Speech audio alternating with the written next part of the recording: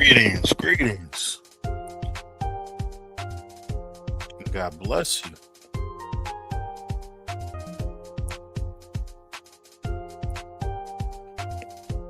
Brothers and sisters, friends and foes,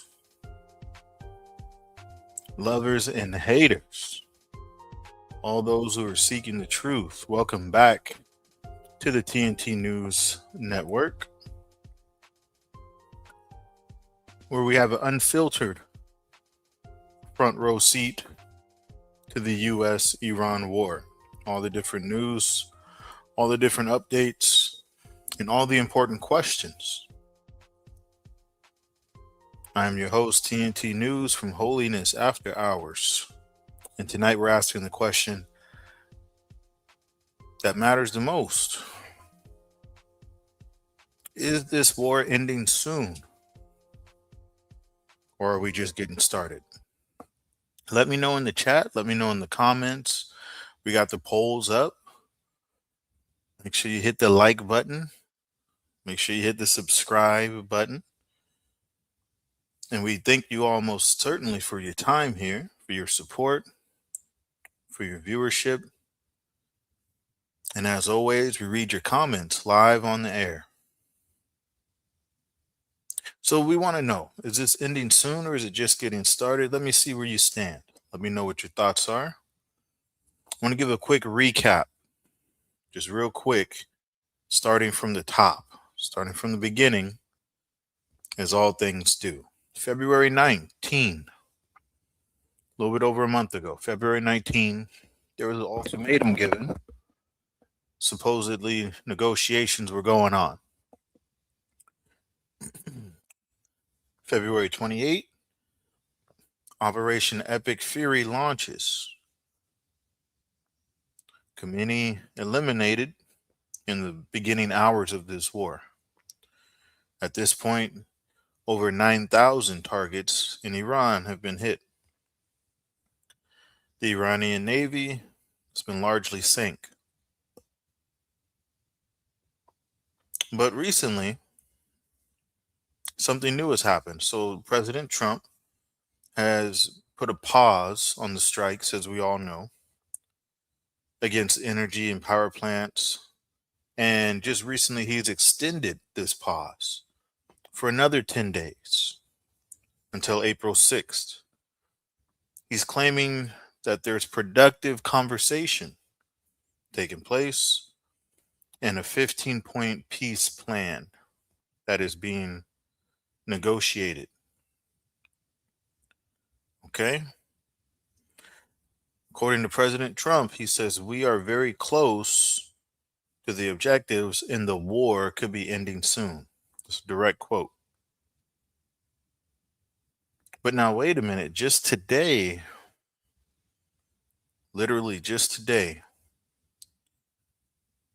we see from news outlets all across the world, including the US, that the Pentagon is preparing to send up to 10,000 additional US combat troops.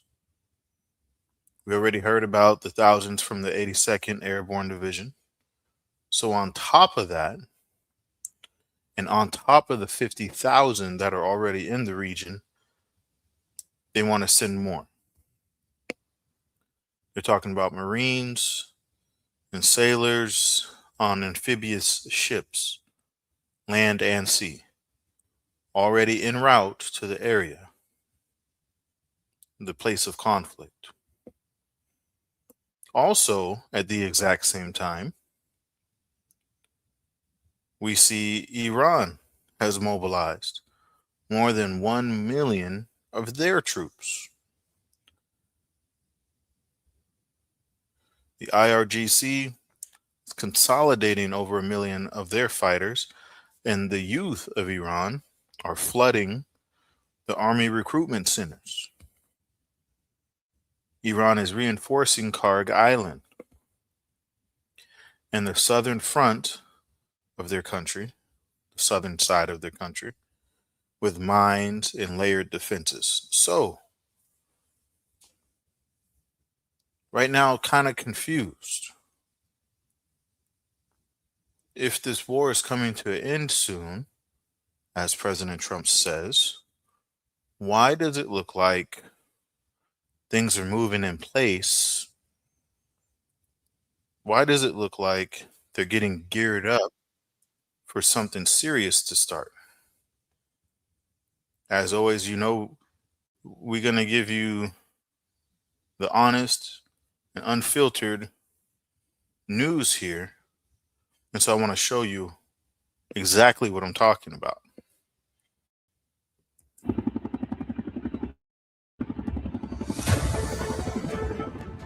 10,000 more. The Pentagon isn't just fighting a war in the Middle East anymore, it's building an army there. 7,000 American troops have already arrived since the US and Israel went to war with Iran last month. Now Washington wants to send 10,000 more. Infantry, armor, boots on the ground, bringing the total to more than 17,000 troops within striking distance of Tehran. This is no longer a bombing campaign. This is a staging force. 4,500 Marines, 2,000 paratroopers from the 82nd Airborne, the division America sends when it needs to take something and hold it. Now add 10,000 more soldiers with armored vehicles. You don't build a force like that to negotiate. That's a great point. You don't build force like that to negotiate. So let me go to the chat real quick. I want to give some shout outs to my beloved After Hours family. Most definitely, we appreciate each and every one of you, beginning first and foremost with the beautiful and beloved Mrs. TNT. Thank the Lord for you. Ask the Lord to continue to bless you, your family, your friends, and your loved ones. In the name of the Lord Jesus. Shout out to Prodigal Son, our brother from the West Coast. He said, "This isn't no war, B, like Desert Storm." I'm not sure what you're talking about, Prodigal. I'm gonna be honest with you. Which part of this doesn't seem like a war? People have lost their lives. Missiles are flying to and fro. I mean, you saw that wasn't AI. They're mobilizing real troops. They're bringing in real equipment. So I'm just wondering what part of that's not a real war. Let me know in the chat. Let me know your opinion. Shout out to my brother Marty Pisology. Greetings and God bless you, my brother. Shout out to Sister Vanessa. We thank the Lord for you, most definitely. Shout out to my brother Christopher Spain. Greetings and God bless you. God bless your family, for sure. Let me see who else is in here. Shout out to my sister Dawn Borland. Greetings and God bless you. Wonderful. We thank the Lord for you. Sister Dawn says she's trying hard to be thankful in every situation. I understand, sister. You know, in moments of weakness, remember that's when the Lord's strength will certainly be known to you most. We're going to keep you in our prayers as always, Sister Dawn Borland. We appreciate you for sure. Mr. Peaceology, that's what we all need right now. We need a lot of peaceology in the Middle East. He says, I believe the war started in another form. I think it started with COVID, chemical, or possibly technocratically, cyber, with the rise of all this AI. I don't know. What I do know, it's all financial. That's pretty deep. I'm gonna be honest. I didn't think about that. I mean, COVID was definitely a shift, right? Things have not been the same since COVID, that's for sure. Things haven't been the same since AI dropped, like really dropped. That's for sure. So, that's pretty deep, brother Peaceology. I hadn't thought about it that way. I think they all kind of play together, to be honest, in regards to the ultimate goal, right, of those who are in control, which is population control. Whether that means to limit the number, whether that means to limit the behaviors or control the behaviors, I think the goal is definitely to control the population one way or another. Let me know, Mr. Peaceology, what your thoughts are for sure. Shout out to Mother Mercy Carr. We thank the Lord for you, most definitely being here with us. God bless you, Mother Carr. Sister Vanessa, she says Trump does not want to end the war. Hmm. She says it's all about his image. He does not want to appear weak or defeated. He'll let us be destroyed first before he lets that happen. Wow. Let's hope not. Shout out to Gino P. Shout out to Gino P. What's going on, brother? Greetings and God bless you. Uh-oh, we got some audio things going on, Gino P. Yeah, man. What's going on here, man? Hold on. Take your time, brother. Take your time. For sure. We thank the Lord for our brother Gino P coming through in the after hours. Let me see who else we got in here. Who else we got in there? Shout out to Leo Fernandez. God bless the Fernandez family for sure. Shout out to Sister Shannon. Greetings and God bless you. She says, I'm still up, so amen.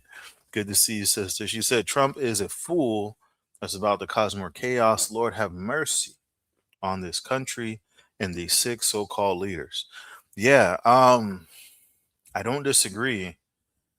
I mean, if we look at the writing on the wall, as this, one of those old sayings, if you look at what the cards are pointing to, whatever you want to look at, one thing that we're being told, which is the war is coming to an end soon, it's winding down, this and that, it doesn't add up.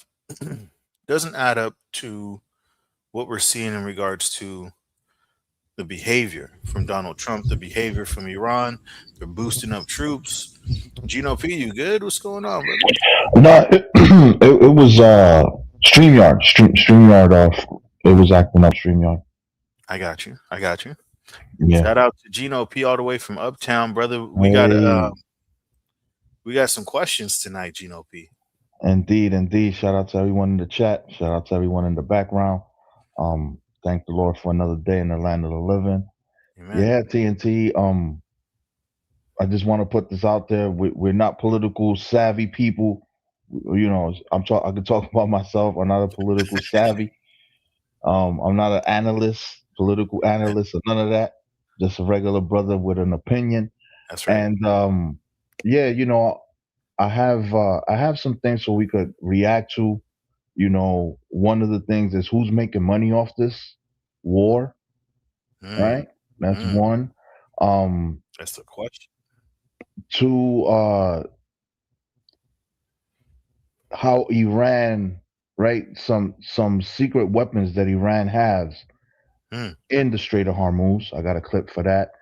I also have the famous clip where they're telling the young brothers and sisters in the military this war is for Jesus.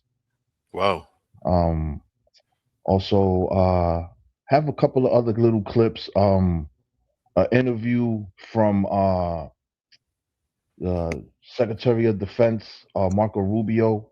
All I right. haven't heard it all the way through, so I just want to hear it here for the first time with you, TNT, and with the chat.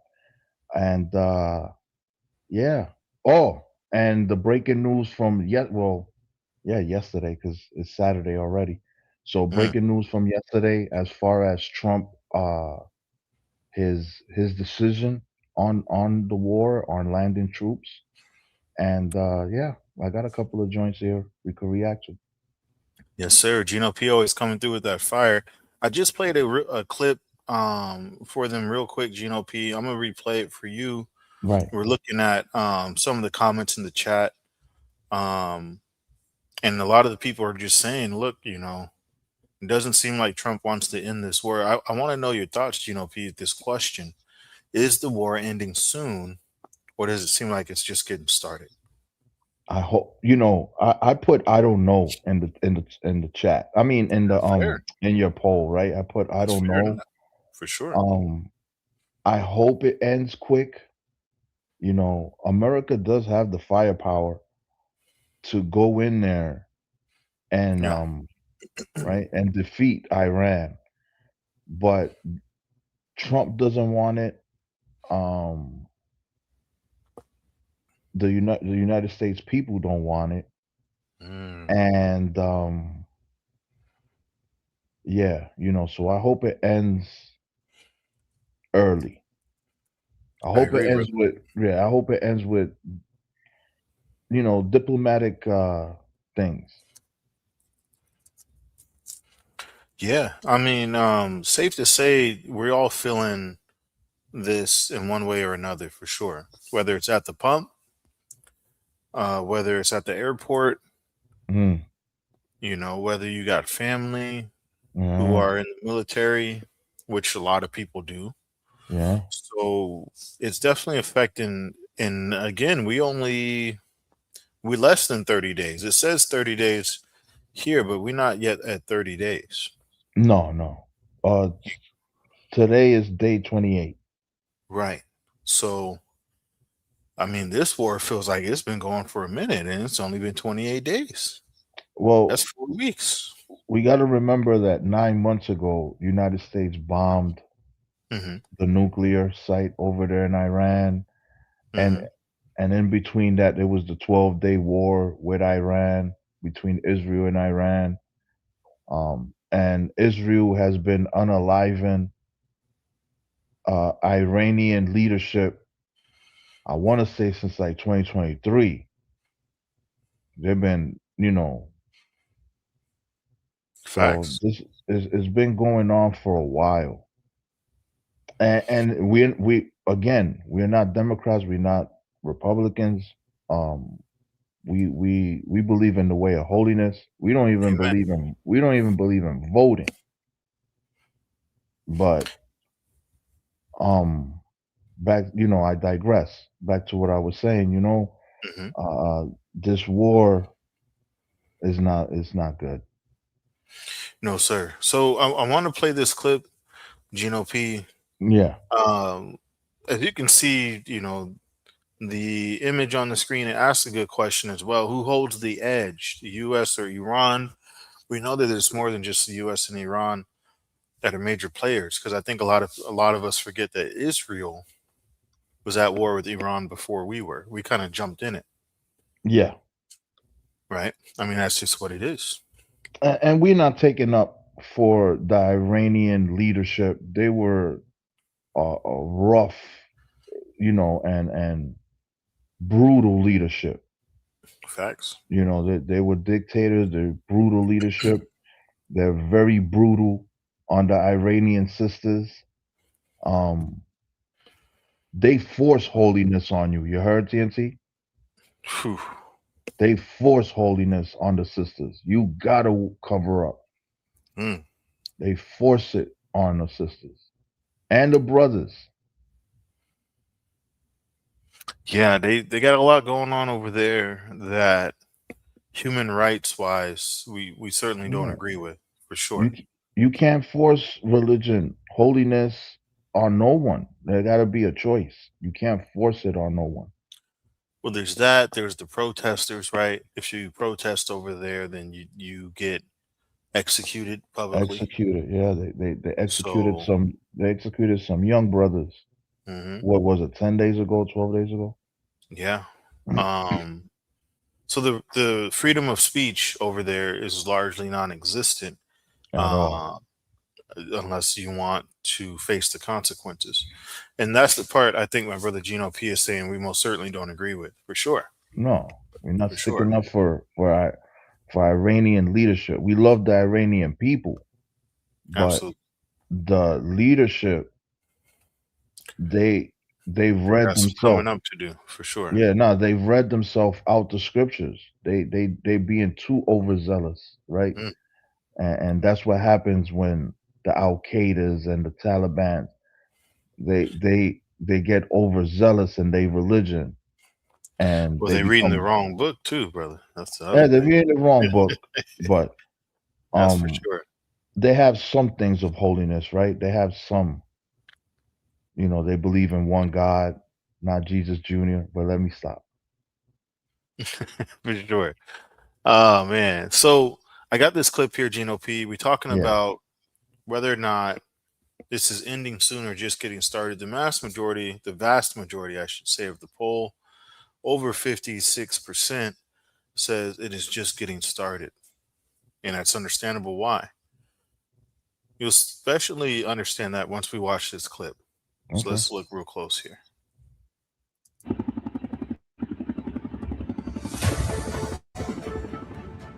10,000 more. The Pentagon isn't just fighting a war in the Middle East anymore, it's building an army there. 7,000 American troops have already arrived since the US and Israel went to war with Iran last month. Now Washington wants to send 10,000 more. Infantry, armor, boots on the ground, bringing the total to more than 17,000 troops within striking distance of Tehran. This is no longer a bombing campaign, this is a staging force. 4,500 Marines, 2,000 paratroopers from the 82nd Airborne, the division America sends when it needs to take something and hold it. Now add 10,000 more soldiers with armored vehicles. You don't build a force like that to negotiate. You build it to have options.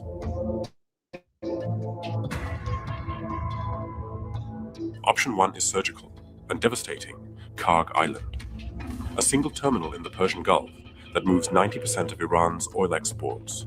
Destroy it or seize it, and you don't just hurt Iran's military, you bankrupt its government, overnight.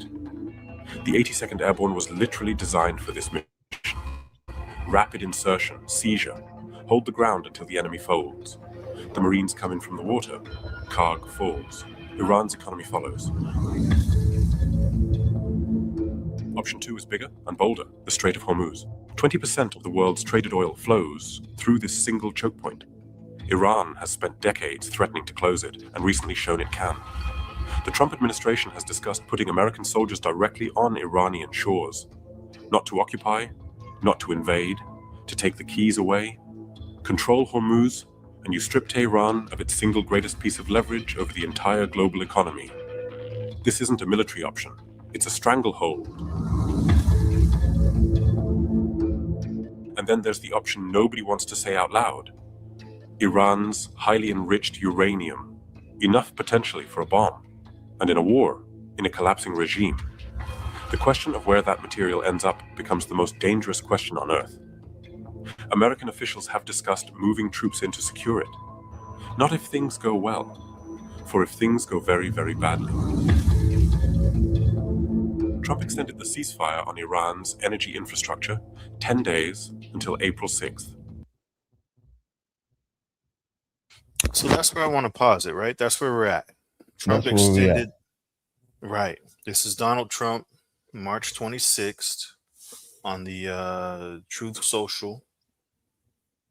He says, as per Iranian government request, please let this statement serve to represent that I am pausing the period of energy plant destruction by 10 days. Talks are ongoing, despite statements to the contrary by the fake news media. And others, they're going very well. So he's painting the picture that, you know, they're negotiating and things are going well, despite the fact that Iran came out and said, look, that's a lie. Right, that's a lie. So I have to ask the question, like, what is really going on here? Sister Vanessa kind of put it perfectly. She said Trump is just gaslighting the U.S. and constantly lying to us. Trump does not want to end this war. And when you see those troops rolling out like that, Gino P, when you see the equipment rolling out, it's kind of hard to say that they're winding down. I mean, well, geez. I don't know. Trump, you know, I was wrong on Trump before, you know, so I want to say something that you know is tough. This is tough because I can't predict Trump no more. I can't predict him. I think it's very hard to predict somebody that's not willing to tell the truth. Yeah, he's so double-minded because about a month ago I said, no, I don't think Trump will be so foolish to attack Iran because of the Strait of Hormuz and all, Mm-hmm. and Mm-hmm. and everything that would follow. So I didn't think he was foolish enough to do it, but he did. And and I said, he won't put boots on the ground. Yeah. But again, I was wrong. So now I mean, I'm nobody can happy. be completely right. All we can do is speculate, right? I'm glad that he postponed the attacks, right? And that gives time for more negotiations. Mm-hmm. Mm-hmm. But I'm gonna just piggyback off what you just played, right? Because the play is Cargyle. That's the play. You capture Cargyle.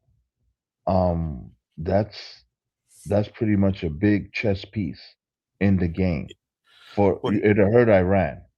Well, true, but is it bigger than capturing Hormuz? Yes, yes, Mm. yes, yes. And Mm. and hold on, let me share my screen. So and this is a famous uh political what is it? A political scientist. Okay. Um famous political scientist. Now, as my brother Gino P gets ready, I'm gonna read a couple more of these comments right here. Mother Carr, shout out to her. She says, "I believe it's getting started. We are going to have wars and rumors of wars." Oh, 100%. That's facts. That's scripture. That's facts. Let me see here. Mr. Peaceology talks about his coworker who said he was still enlisted, wasn't able to get his take on the war. He just took military leave. Hmm. What happened? Let me read that. Hold on. He said he got a coworker who's enlisted, still on papers, still on contract with the Okay. government. He took military leave. Took military leave, so he's Mm, out of there. yikes, man. Slither Gaming, shout out to him. He says Iran definitely has the economic leverage. No doubt, their government is among everybody feeling it, especially the West and Asian countries, except for China. Oh, they're making Iran has made I forgot how many billions Wow, since this started you know because that's crazy. the Lloyd of London and the Lloyd shipping companies, they paying up to $2 million to pass through the strait. They're paying protection money to Iran so their ships could continue to flow. Mm, Up to 2 million. Up to 2 million for one ship, TNT chat. that's facts. Yeah, 2 million for one ship. And they still selling their oil to India and to China. I mean every video that you watch of someone breaking down and analyzing the Strait of Hormuz, it's not it. What Slither said is true. They have the advantage. Yeah. They have the edge. That they, Um, they have the edge because the Strait of Hormuz is mhm. such a like a funnel, right? You got It's it real tight for real sure. tight, right? It's a little causeway, but But the America, money too, though, Gino P, that goes through that. That's oh, the main thing. 100%. Yeah. But America's military is the best. I mean, yeah, no, they're up against, the bully. They're up against the biggest and strongest for Yeah, sure. the biggest one in the schoolyard.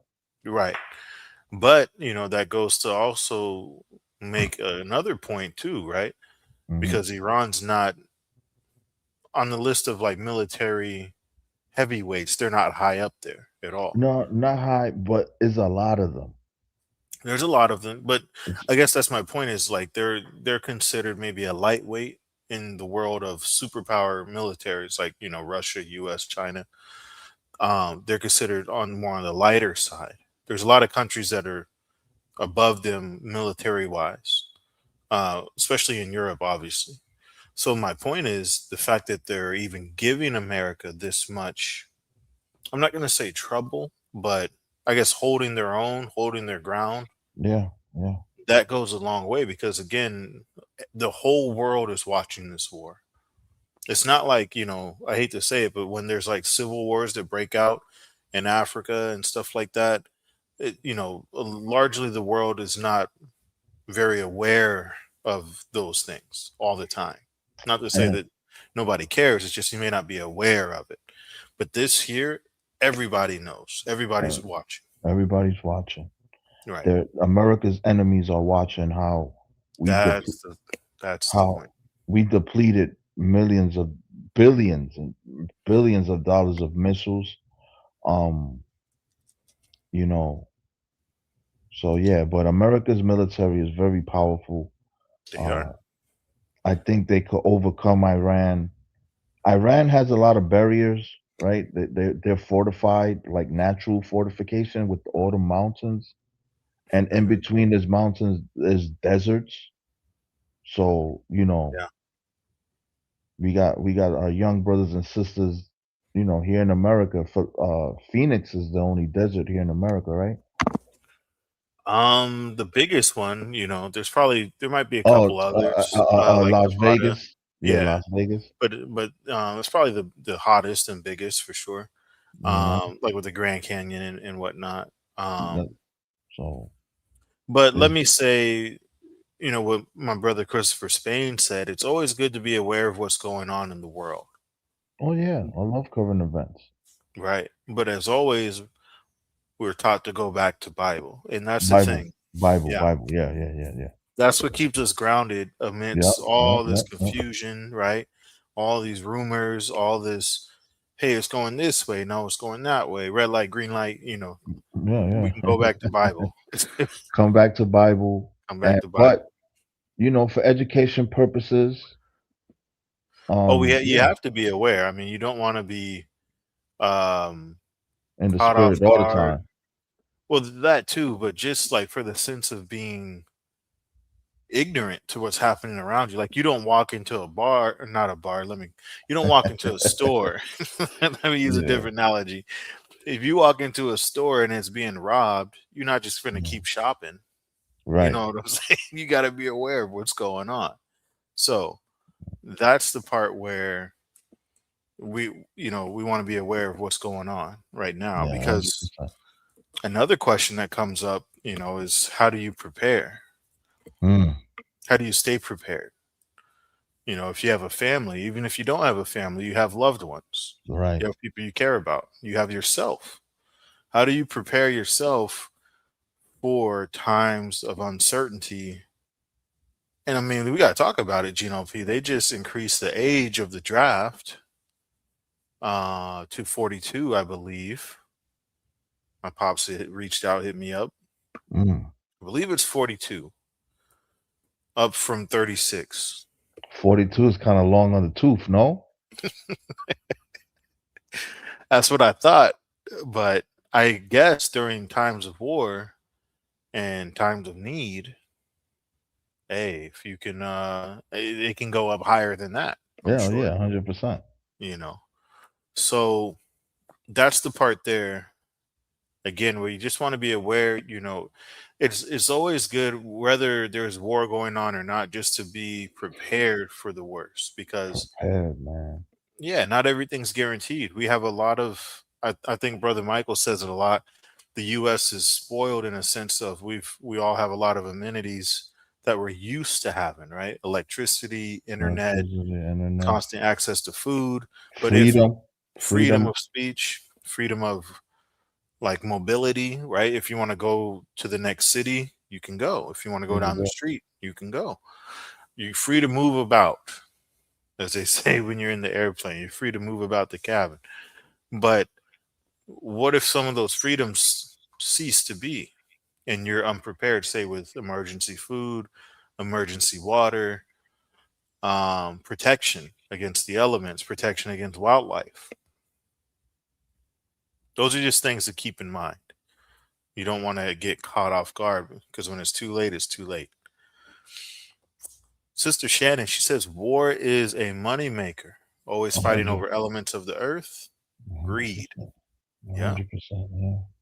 Speaking of the earth, I see my brother Gino P. He's got something here that's it's a map. Gino P, what is this? This is Professor Rob. Let me not mess up his name. Yeah, hold on, let me get his name right.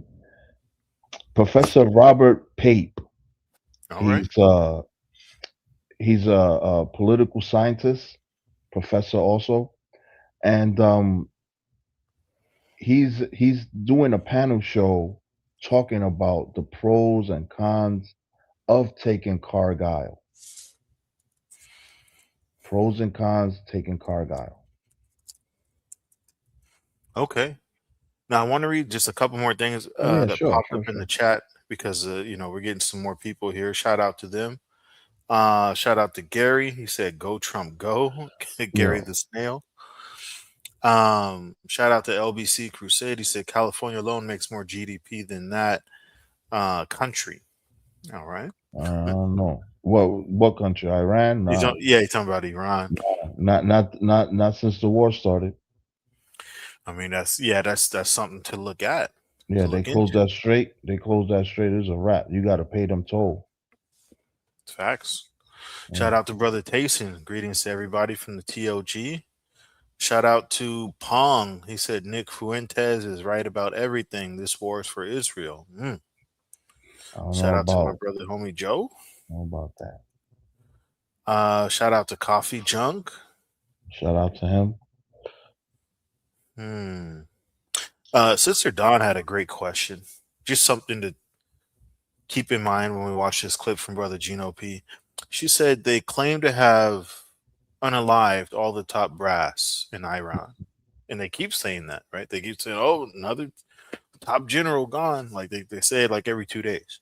Yeah, yeah. So her question is a great question. Who would they be having discussions with? Probably. I Yeah. told her it's probably Trump's hair they talking to.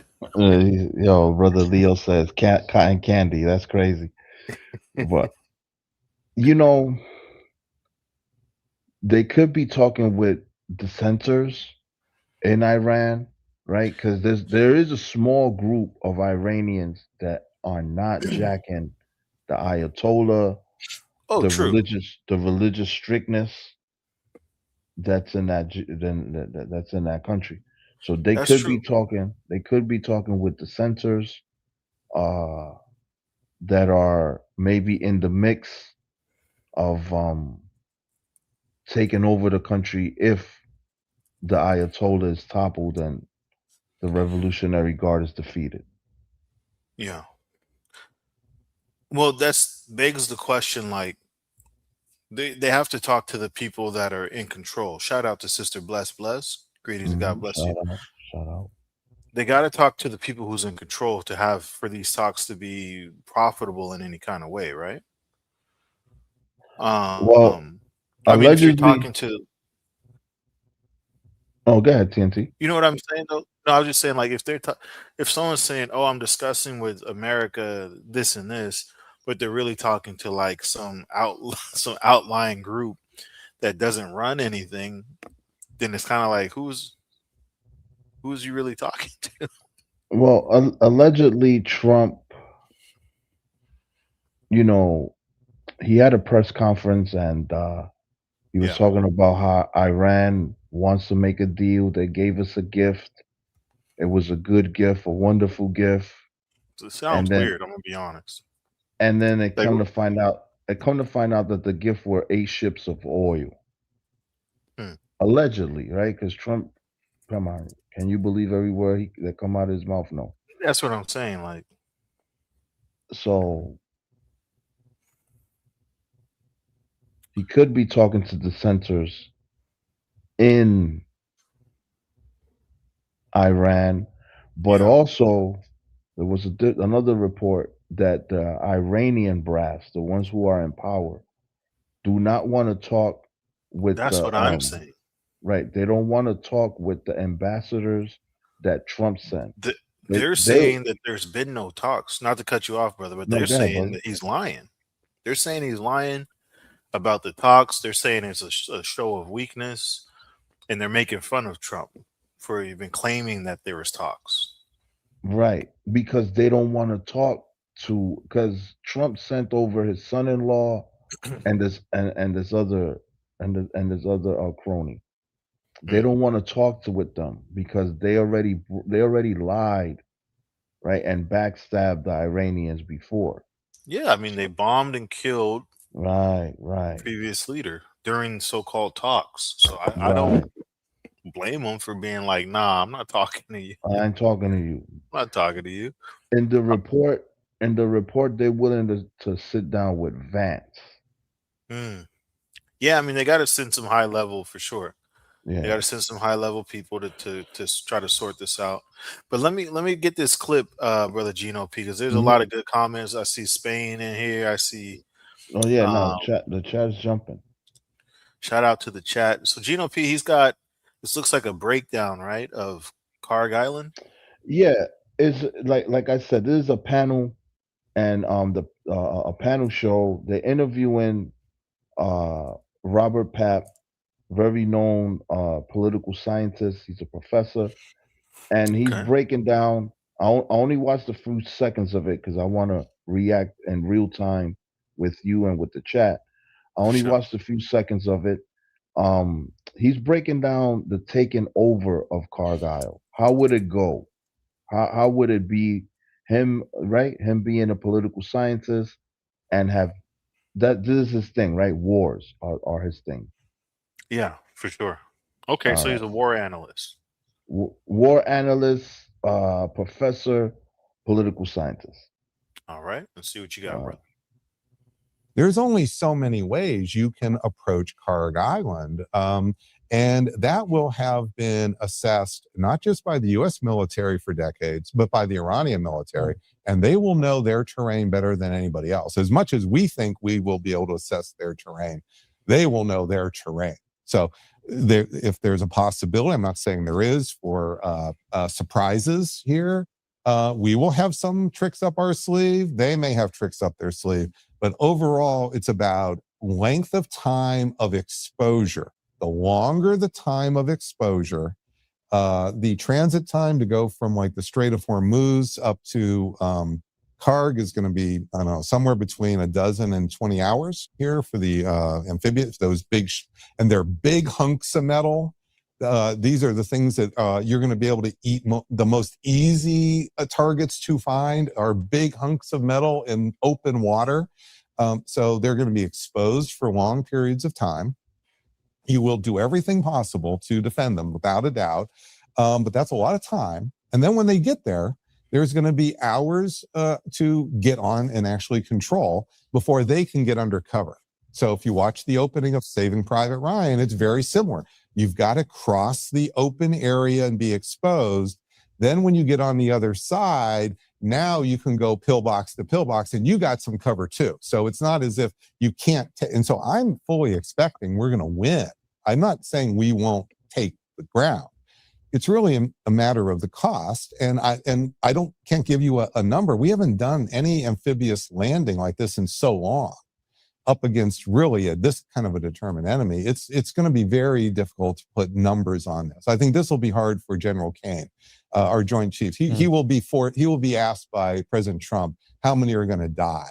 And I think it's going to be hard for him, not because he's going to be, sort of a dovish or not want to give the numbers.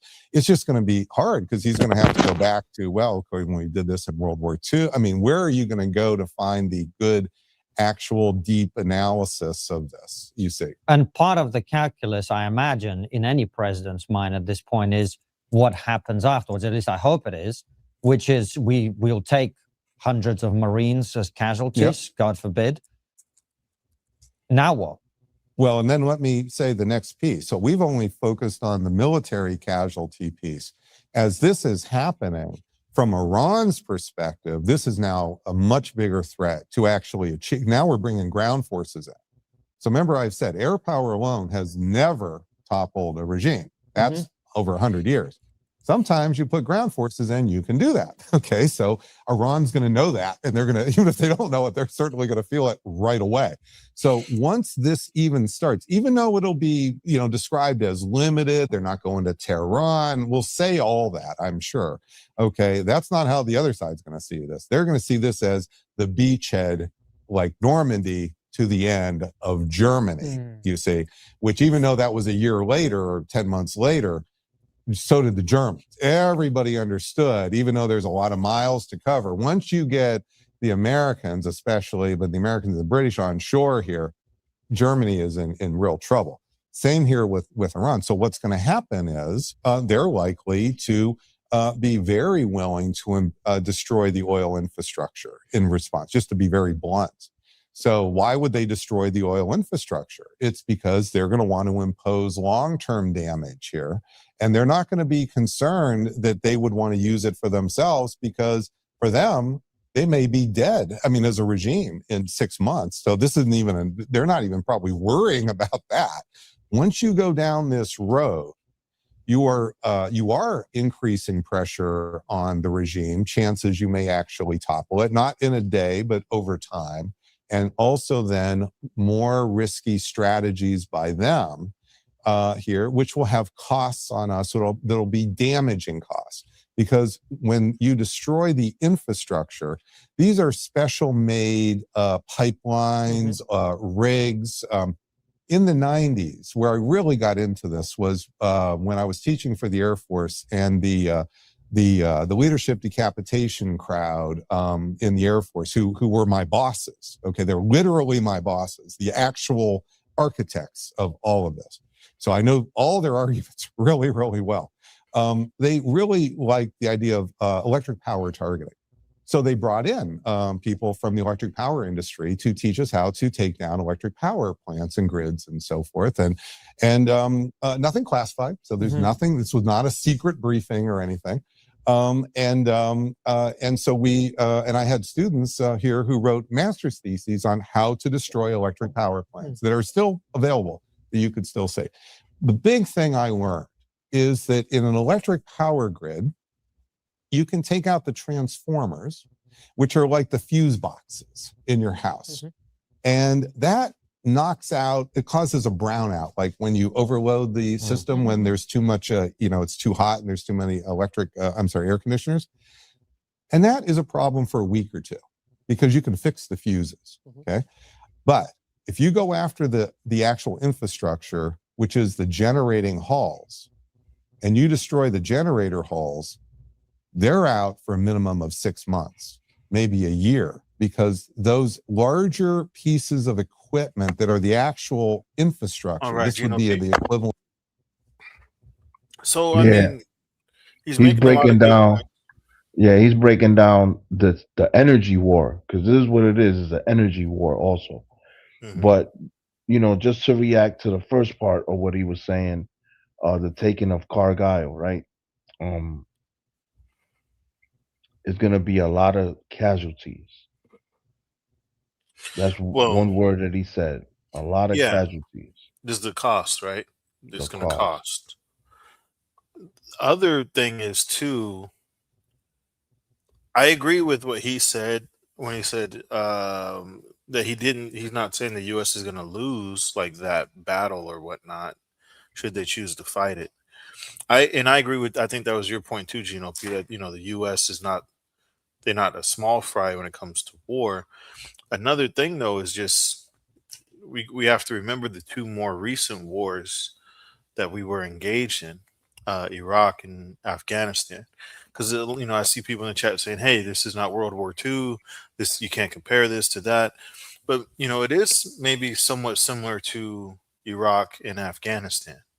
Well, it is World War II, because it got to be an amphibious attack. In that regard, that's the and I understand that. I mean, and these big hunks of metal, right, the transports for the troops, they got to go in a single file up the Strait of Hormuz, and they're gonna be open targets for a long period of time, 12 to 20 hours. So say they control the air completely. Like that's what Trump was trying to say. Hey, we can fly our planes over Tehran and Yeah. when we can't be stopped. So say they're like, all right, look, we're gonna just line the air and we're gonna be watching every single inch of the Nah, you Strait of can't. Hormuz. It don't work like that though. No, I understand. Yeah. I'm just saying, like, say they put up, you know what I'm saying, No, over amount of resources to try the best that they can.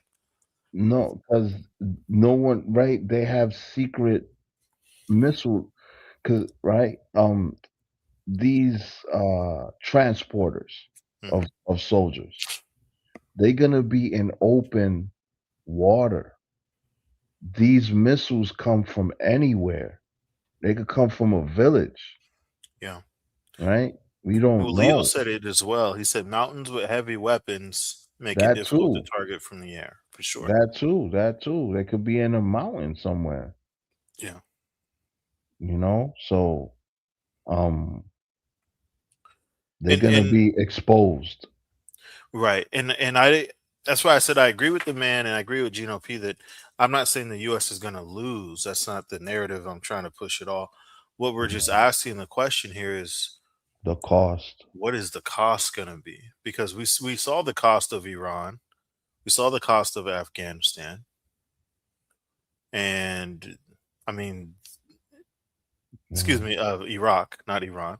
We saw the cost of Iraq, and we saw the cost of Afghanistan, and some would argue that Iran is more prepared and more technological savvy militarily wise than both of those.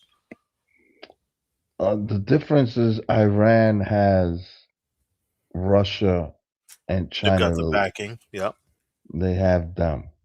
Yep. They could lean on their friends. Iraq was by himself. Afghanistan was by themselves. That's facts. With Tayson, he said this war is planned out, a planned out war from the elite. This is all to do with the secret society. Uh-oh. Yeah. Where's Well, Spain at? you know, I used to believe. Well, I know that there's secret societies out there. We can't act ignorant to it. Yeah. But and it could be the secret societies pushing this war because there's money in war. Well, I think one thing that's in 2026, what we've all come to realize in some way, shape, or form is that a lot of what happens in America is controlled not by the quote unquote government, but by like secret shadowy groups. You can call Yeah. them secret societies. You can call it this Mhm. country. We can call it whatever we want to call it. But that's just what come out, right? That it's not a conspiracy theory anymore. It's just now a fact. Yeah, the illuminated ones. Right. Well, just like very rich Yeah. um people in high places, right? Like People in Mother high Carr said, places. evil in high places. Remember Evil the in high scripture. places. Yeah. And that's Evil. facts. LBC said it as well. He said, we're seeing the scriptures play out before our very eyes. And that's another fact. I want to, thank my brother Gino P for that clip. That was a great clip for sure. Yeah, no, Also, Robert Pat, he's an encyclopedia of war. yeah, somebody was saying, this man doesn't know what he's talking about. Yeah, So all right. who, Yeah, all who, right. who All right. exactly was that man, Gino P? Robert Pat. Robert Pat. No, Pat with a P. My bad. That was my bad. Okay. That's Robert Pat. Just look him up, and you'll see his credentials. American political scientist, right? Yeah. Yeah, I mean, the man definitely knows his stuff if you do your research. I mean, it's not hard to look at this. Nah, he official. He's a He's professor official. at the University of Chicago, Yeah. political science. So this is his stuff. And he's saying basically this war will fail. Not that we'll lose, but that it will be very costly. Because someone might argue, did we lose Iraq? Did we lose Afghanistan? Is that counted as a loss? Is it counted as a win? Nah, it's not counted as a win. It's not a win. Right. So there you go. So you have to ask these questions. Okay, did we quote unquote win the last major conflicts we were in that were, I wouldn't say easier than this, but we were fighting a less formidable enemy. We lost a lot of good boys and girls over there, man. Right. And we're using the term we very loosely, referring obviously to America. America. Um, but yeah, I mean, great clip from my brother Gino P. I want to dig in real quick to the numbers that dropped today, right? So we saw the video. Pentagon confirms, all kinds of news outlet confirms that there's plans in place for thousands of more combat troops heading to the Middle East. That's why he's even having that conversation, because he's talking about what's about to go down. This gives President Trump leverage, obviously, for options on Cargill or other key sites if the talks collapse. I don't think there's any talks. I'm gonna be honest with y'all. I think that is Trump, what's the word, stalling.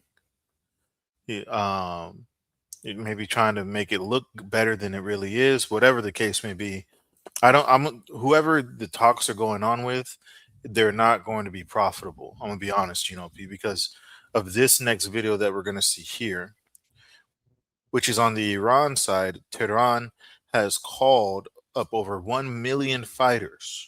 IRGC, the Basij militia, and the regular army all surging. Recruitment centers surging.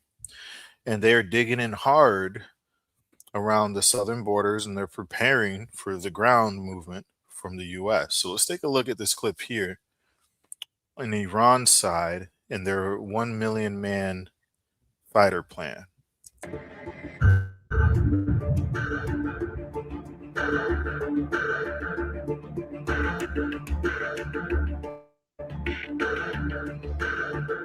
Iran is mobilizing over 1 million fighters, not for drills, not for show, but for a possible ground invasion by the United States. So what does this preparation actually look like?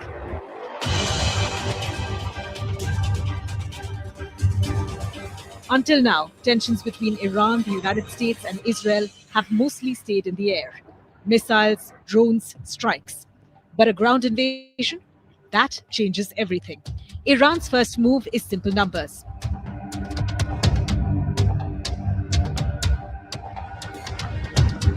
Iran is activating the army, the Islamic Revolutionary Guard Corps, and the Basij militia. At the same time, the recruitment is rising fast. Young volunteers are signing up in large numbers. The message: Iran is preparing for a long, manpower-heavy war.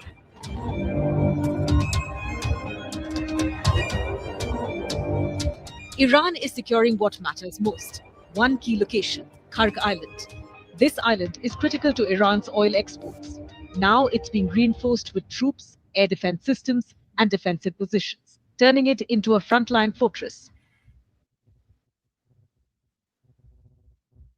Right next to it is the Strait of Hormuz, one of the most important oil routes in the world. When US and Israel attacked on February 28th, Iran blockaded Hormuz, and that meant the war wasn't regional anymore. It was hitting the global economy instantly. Iran's strategy isn't about attacking first. It's about making any invasion extremely difficult. Large number of fighters, defensive positioning, use of terrain. The goal: slow down, stretch out, and raise the cost of war.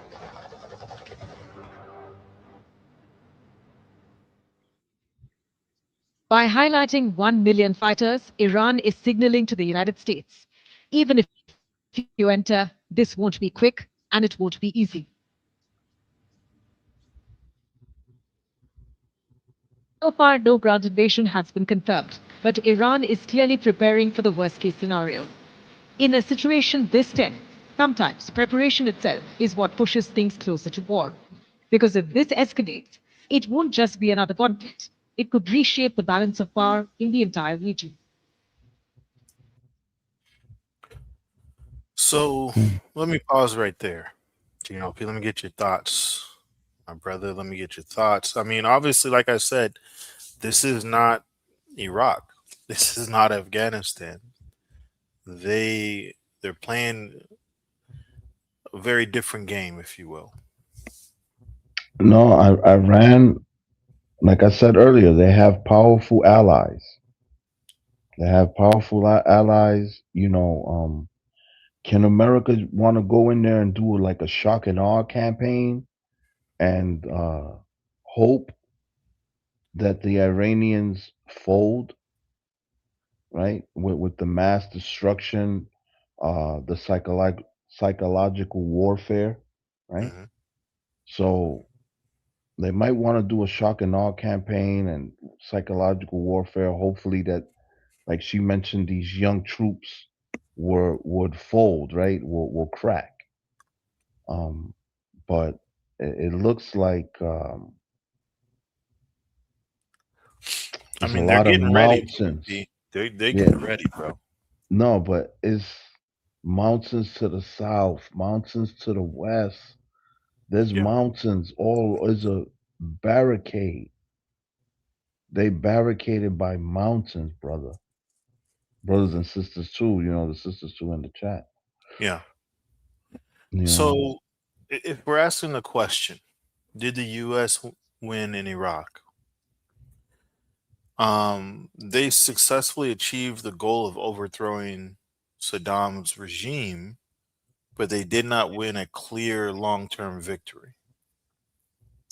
no, they didn't. They were able to topple Saddam, Yeah. but But I mean, the people afterwards, it was rose up. Yeah, the right people rose up. The people rose up on the because they didn't want them there. And so right. it Yeah. led to a prolonged, unstable conflict until the withdrawal in 2011. So, that's where we have to say, okay, well, yeah, US is going to win guaranteed. Well, did they win the last situation where they were trying to do regime change, where they had boots on the ground, where there was difficult terrain, and where the people were strongly dedicated to not succumbing to occupation? I mean, that's just a question we got to ask. If you're asking, did the U.S. win the war in Afghanistan? That answer is also no. No, it The was U.S. withdrew from Afghanistan in 2021. Taliban regained control of the country. and some of the military equipment too. Oh yeah, they left all kind of stuff.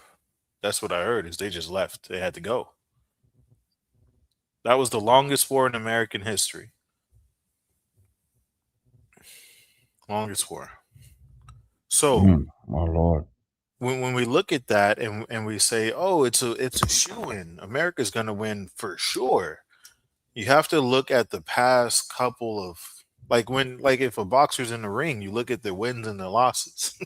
Yeah. You know what I'm saying? You look at their records. So you're like, ah man, he didn't do so good against old boy. Iran is also looking at that same thing, right? They saw how that went down. So they said, okay, what is the path to get them to withdraw? Stretch it out. Like the lady said, wonderful reporting. Raise the cost of this war. Mm. There's no other way to put it. If you put in a few thousand men against hundreds of thousands, that's not gonna work too well. No, outnumbered.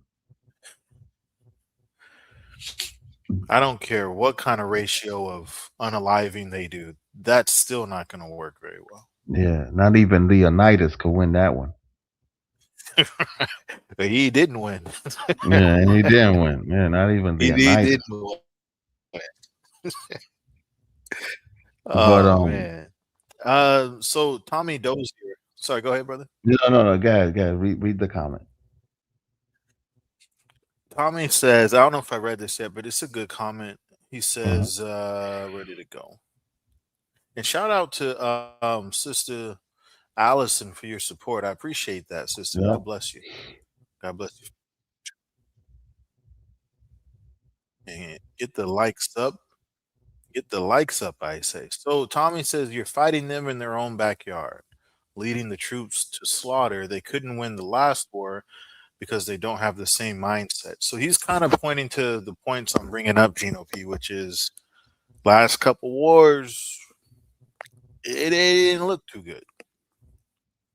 But if America was able to take Cargyle and the surrounding isles of the Strait, America, does Trump care what's going on inside Tehran, right? And in the capital, Tehran of Iran? No, he wants to open up the Strait of Hormuz again. Yeah, they want the For money. That's what the right. people are saying. Yeah, they want the So money. if they're able to take over the small islands surrounding the strait, Hmm. uh, threaten Cargyle, right? That's a big win, It would be a right, big win. for the military. But But even at what cost? well, it would be a huge cost. Even if somehow they got it with not so big of a cost, I don't think that's the end of the war with the loss of the island. No, Yeah, because it. no, Go right, ahead. right. Go ahead. No, because it'll be a constant bombardment from right because Iran is not going to stop sending missiles. I They might guarantee. they might not be y- bombing Americans, but they're gonna keep bombing the Dubai uh and Bahrain and all the Kuwait and all the other countries. Well, like the lady said, they're setting up right. No, that's facts. And like the lady said, they're preparing. They're setting up. So Yeah, we got to think about it. If you know that there's a position and your enemy is overwhelming, and you're like, yeah, we can maybe hold them off, but if they really want it, they're gonna get it. So what do? You set up and plan for them to get it, and say, okay, cool. So once you do get it, not that we're gonna give it to you, but if we read the cards and read the playbook, you're going to get it if you really want it. So once you get it, what can we do to make it really costly? They can set up positions to say, okay, once y'all take this island, y'all going to wish you didn't take it. right. You know what I'm saying? Constant attack, It's constant constant. bombardment. Yeah, we're going to set it up so that you wish you didn't take it. But So, that's the big money maker for Iran, though, Cargyle. no, for sure. For sure. You know, shout out to Brotherly Love 2158. He said they want the bread. That's facts, bro. Yeah. That's facts. Well, yeah, I got a clip. I got a clip on who's making bread off this war. Yeah. Oh, yeah. We're going to talk about that for sure. Sister Vanessa, she had an important point, though. President Trump did not plan for the war to get this far. I agree. A lot of people are Yeah, looking yeah. at how he's moving, how he's talking, and they're saying hubris, which is another or like a fancy word for saying being overly confident and making bad decisions, is the reason why this is shaping up to be what it is. Well, he's slick though, because right before the markets open on Monday morning, Yeah. he says, well, the 48-hour. Remember, because on the weekend, last weekend, he said, I'm giving y'all 48 hours to open up the strait. If not, we're gonna bomb all the energy infrastructure. Then on Monday morning, early Monday morning, Trump, this is, text puts out a post and says, "Well, I'm postponing. Uh, I'm not gonna attack them now. I'm gonna chill out with this attack that I promised on Friday to Hmm. manipulate the market." Well, yeah, that's the other part. I mean, we got to remember he's a businessman and he has stocks and bonds and all kind of things like that. So Right. So yeah. Monday morning, he puts on his little tweeter. Well, I ain't gonna do what I said I was gonna do on Friday. It's all getting better. It's coming to an end, It's all coming to folks. an end. Boom. And during the week, oh, I'm gonna bomb him still. I'm still Mm, bomb him. But what he do late Friday evening, which was yesterday, mm. I'ma chill. I'ma fall back. I'll Right. bomb him on the 6th. So he's playing He's the playing the game. market. Yeah, he's Yeah, he's playing the playing the market. market. But that's why I think a lot of people are not trusting that. And that's why when we look at these videos, again, where Trump is talking about pausing and peace is on the way, the end of the war is on the way, while America quietly sends thousands of boots in Iran, not so quietly, calls up a 1 million man army. Again, I ask the question, is this ending soon or is it just getting started? This looks like the start of another type of war. Like the air part has been going on, Yeah. but now it's going to shift to something different. It's But it's like the professor said, you can't topple a regime by air. You need troops on the well, ground. that's facts. Yeah, Slither Gaming said something about that. Let me get his comment before we go to my brother Gino P's video here. Shout out to the chat. Make sure you Shout vote in out. the poll Yeah, Chavo in the poll. I know it's late, but man, tune in. for sure. Hit that like button. Most definitely. My brother X Gaming, he says they ain't going to be no regime change in 6 months. US engaged conflicts with a belief system, not just a political system. There are a lot of similar, pardon me, he said there are a lot of people with similar tendencies like the Ayatollah. Too much. I understand what he's saying. I mean, it's the same thing that they thought was going to happen in Iraq, right? Oh, we took out the leader. So obviously things are going to change. But like Gino P just said, what they saw was the uprising. Things didn't change. Fast forward now, and the same thing with Afghanistan. Fast forward now, um, you had the withdraw.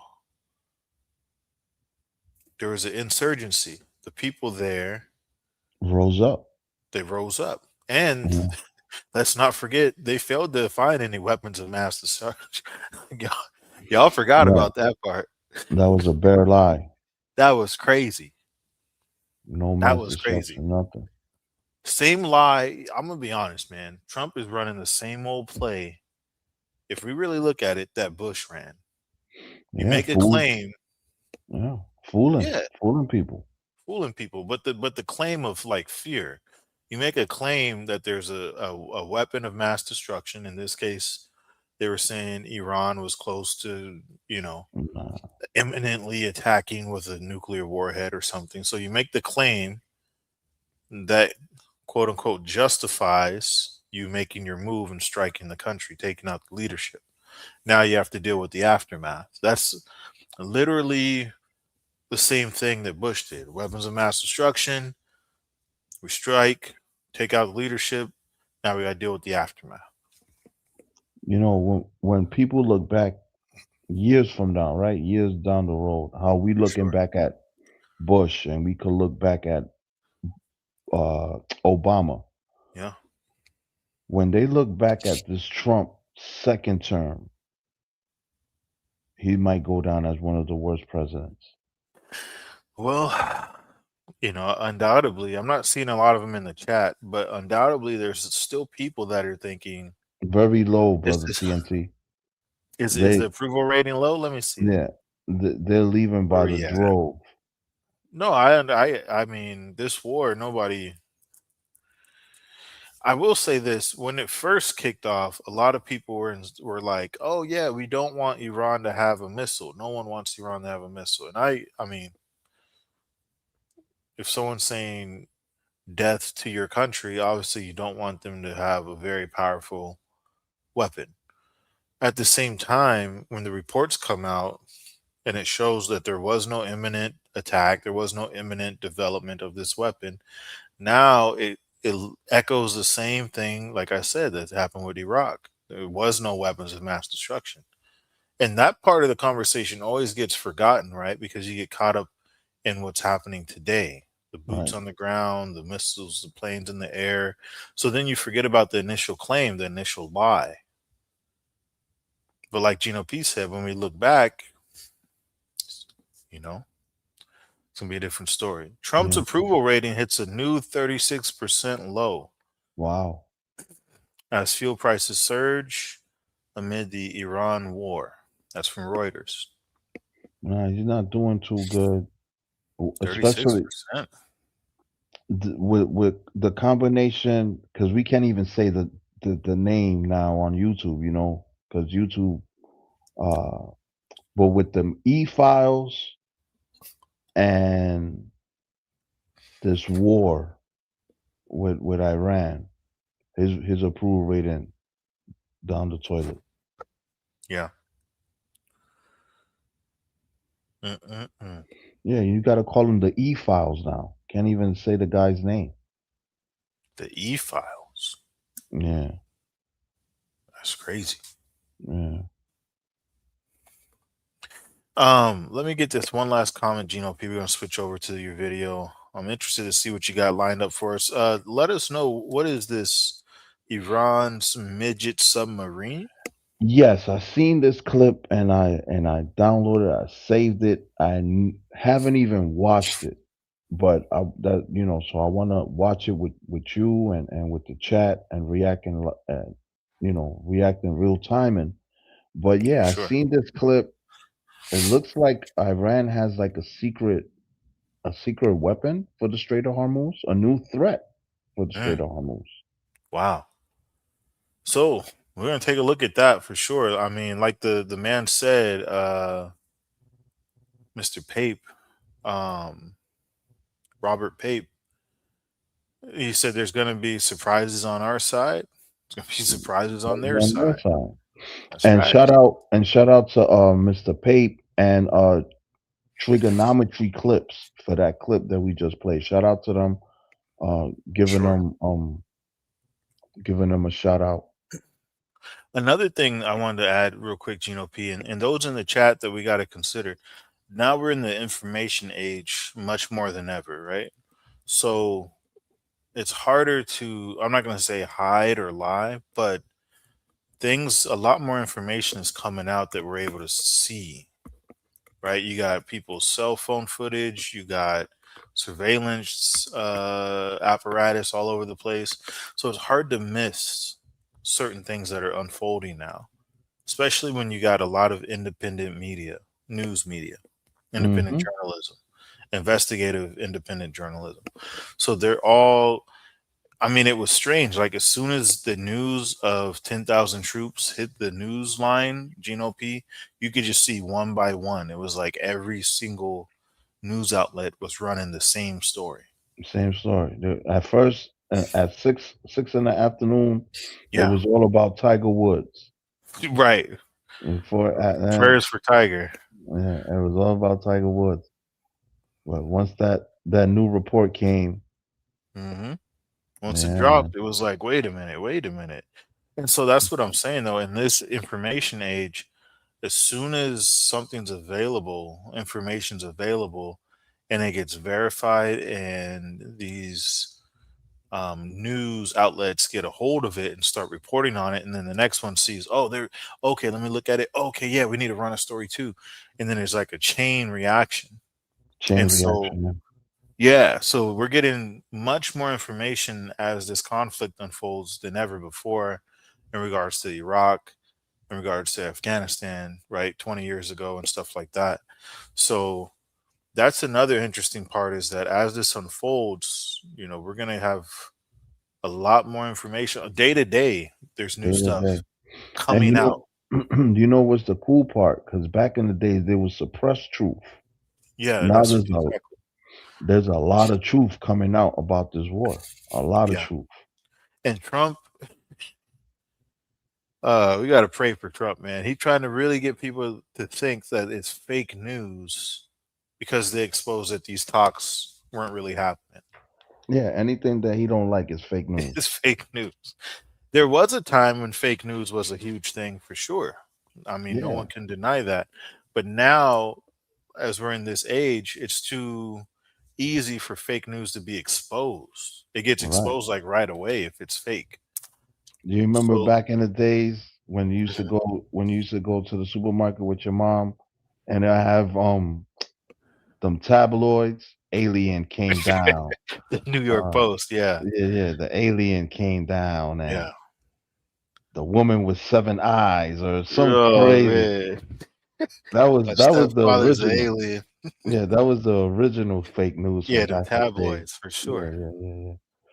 But that's what I'm saying. Like it's hard to fake that stuff nowadays. Now there's still lies and stuff Oh of yeah. like classified information, like what Trump's trying to do with the stock market thing. I really think Gino P hit the nail on the head with that one because the stocks definitely recovered based on what he was saying for a Yeah. little bit.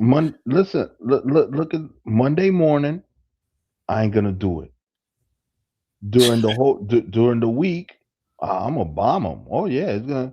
And then Friday Yeah. evening, oh no, I'm gonna fall back to April 6th, playing the market, manipulating it. Marty Pisology said something real quick. But no, you're right, Gino P. I gotta grab these comments real quick. This Oh is yeah, interesting. This is why we appreciate the live chat for sure. Drop your thoughts, yeah. drop your Drop information in the comments. Give your opinion. Your opinion is valid. Absolutely. So Sister Allison, she said, I think we really need to take a look into Donald Trump suing the NFL TV media for antitrust. Donald Trump won 3.69 and never cashed it, saying USA will pay. This is back in 1986, she says. Mm. I hadn't heard of that before, but No, me neither. I mean, yikes. Brother Peaceology, this is the last one then we'll get to your video. Yeah. He said to Mother Carr, I just read more about Tiger Woods and his accident. I pray he's okay, but it's really convenient he got into an accident after we learned he's dating a Trump. Well, Mm. I'm gonna just give it. I'm gonna just yeah. I'm gonna just chalk it up to he was drunk. I mean, look, this ain't the first time Tiger's had some issues behind the wheel. That's a fact. But I do think that they're not kind of fishy. I mean, they're not above like trying to run, you know what I'm saying, distraction type news stories. We'll put that. We'll say that. Yeah, because every time them files got real good, Mm-hmm. Trump will kidnap a president, do all kinds of stuff. Yeah. Right, for the people to stop. Them EP files. Yeah, EP files. Mm-hmm. But let's see what my brother Gino P got here. We got another clip coming up after this. Gino P. So this is about Iran's unknown weapon here. Yeah, I guess it's like a secret weapon. Okay. That they're gonna unfold. Well, the title of the piece is called "A New Threat in Hormuz." A new threat. Yeah. Okay. Let's see what you got, brother. All right. Our next story is about Iran's naval strategy. For days, we've been telling you that the Strait of Hormuz has been under threat. Ships have been attacked, seafarers have been killed, and thousands of crew have been stranded. But Iran is now adding another weapon to this war. It's called the midget submarines. They're small, silent, and very hard to detect. Brother TNT, sorry for pausing, but this is my first time reacting to this video. I didn't see this video. I didn't know that news that seafarers were unalive and wait a minute. Yeah, let me rewind that. Listen to what she said. We're gonna run this back. Yeah, that was very interesting. Our next story is about Iran's naval strategy. For days, we've been telling you that the Strait of Hormuz has been under threat. Ships have been attacked, seafarers have been killed, and thousands of crew have been stranded. Thousands Okay. of crews. Yeah, yeah. No, I have brought that up briefly on the last one, but there's been tankers hit in the Strait of Hormuz in the hundreds, probably getting close to thousands now. Wow, Yeah. that's a lot of civilians, man. Yeah, I mean they got Thousands. videos. Iran blows up another ship in Hormuz. We'll cue that up. Iran strikes. There's been like 500 tankers that have been struck, but the most recent one is that there was a Thai bulk carrier traveling the Strait of Hormuz, and the sailors got stranded. Mm. Wow, that's crazy. Well, let's continue here. Let's finish up the report. Yes, sir. Wow, though. I didn't. Wow, that's just sad. It's going My, down. my Prayers for Lord, everybody. man. But Iran is now adding another weapon to this war.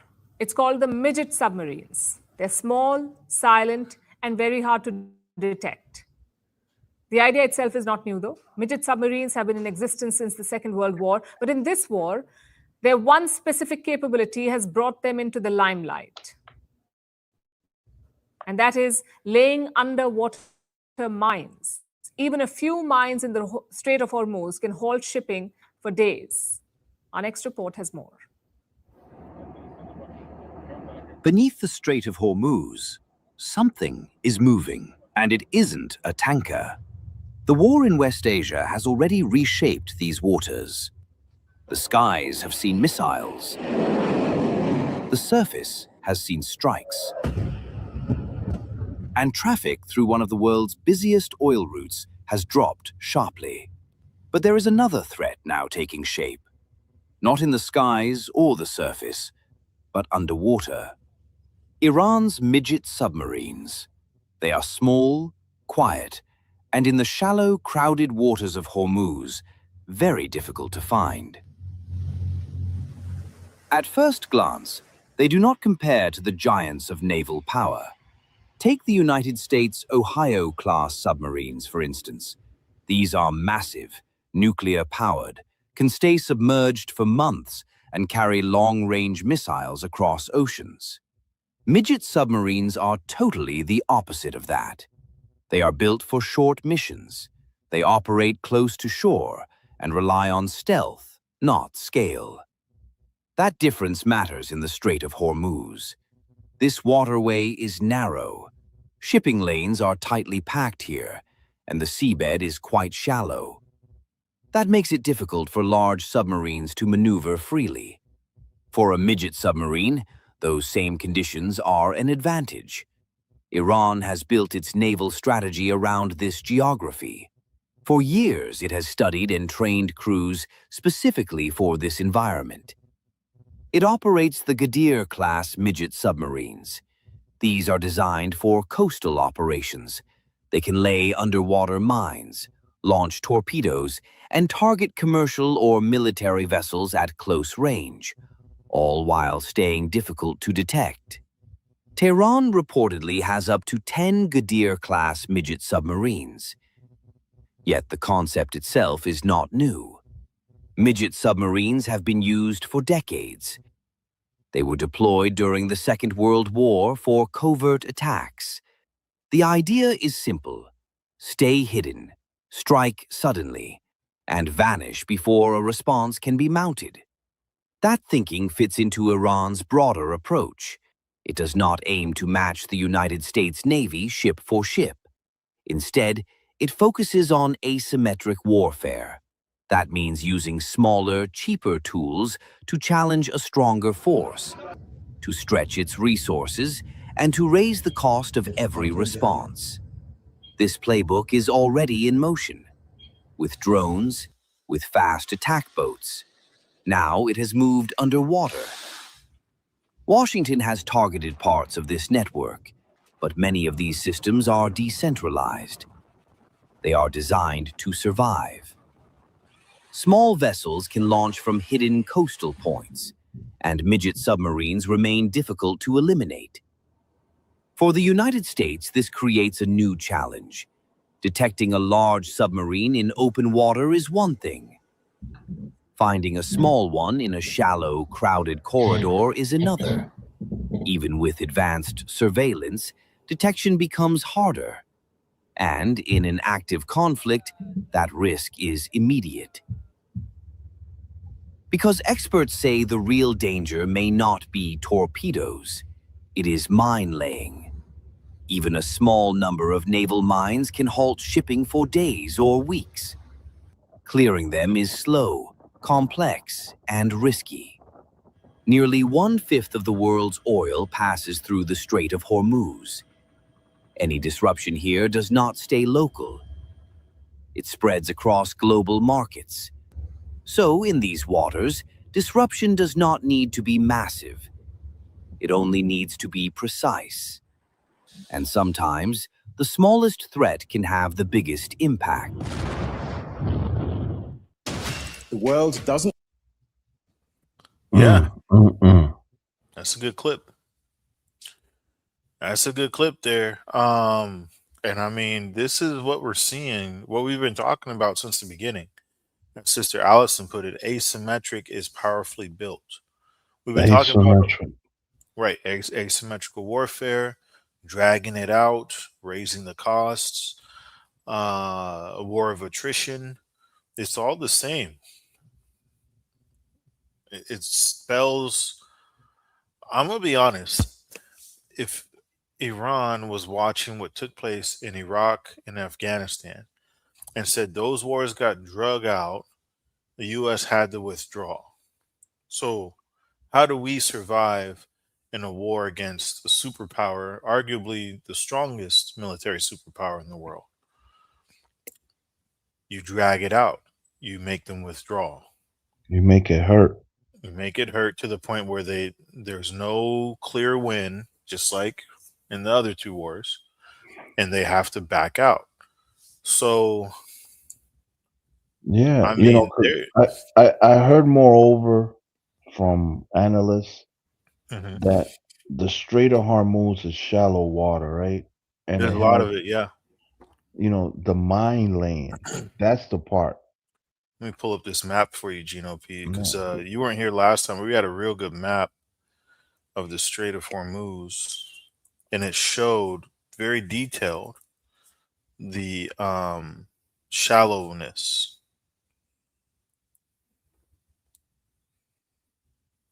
It showed in great detail. and if it's shallow, only certain vessels could.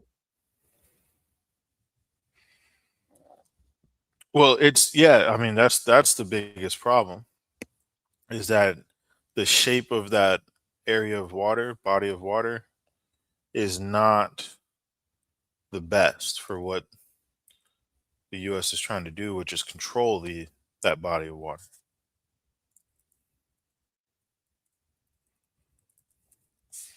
Very interesting for sure. Let me see here. So this is from the New York Times. They have a really um, detailed map here of what's going on in the Strait of Hormuz. You still with me, Gino Peep? Oh yeah. Okay, cool. So I want you to check this out here.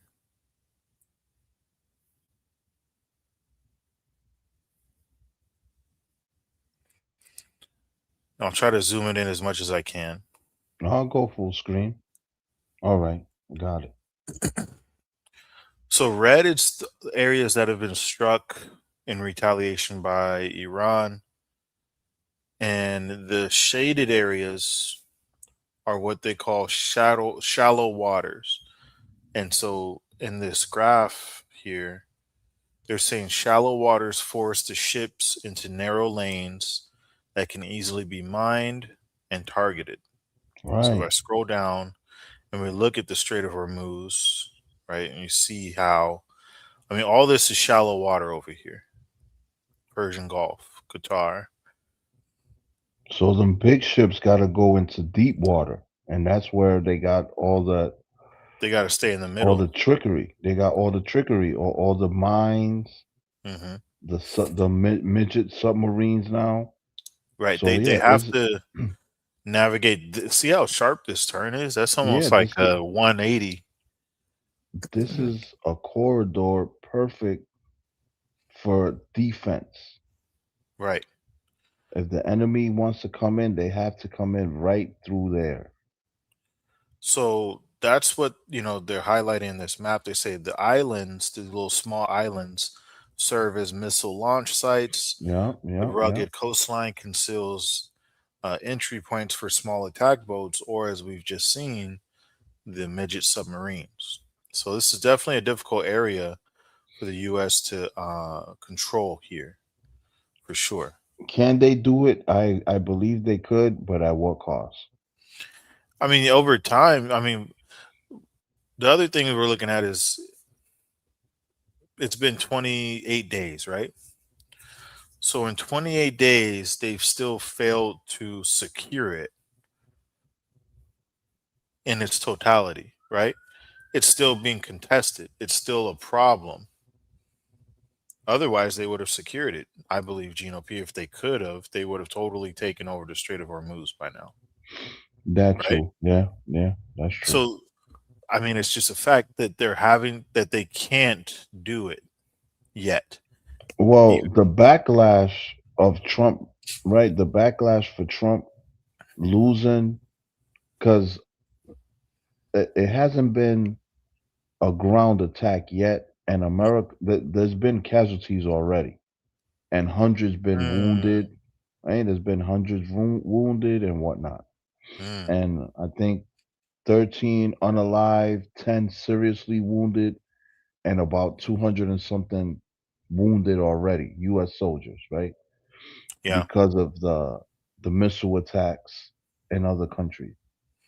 But the backlash that Trump will get for this amphibious attack, for this amphibious uh, uh, strategy, right, to take over each island, Carg Island, and whatnot, is going to cost a lot of lives. And the backlash that he's going to get from his own party, I don't think he wants it. no. I want to go back to this map real quick, Gino P.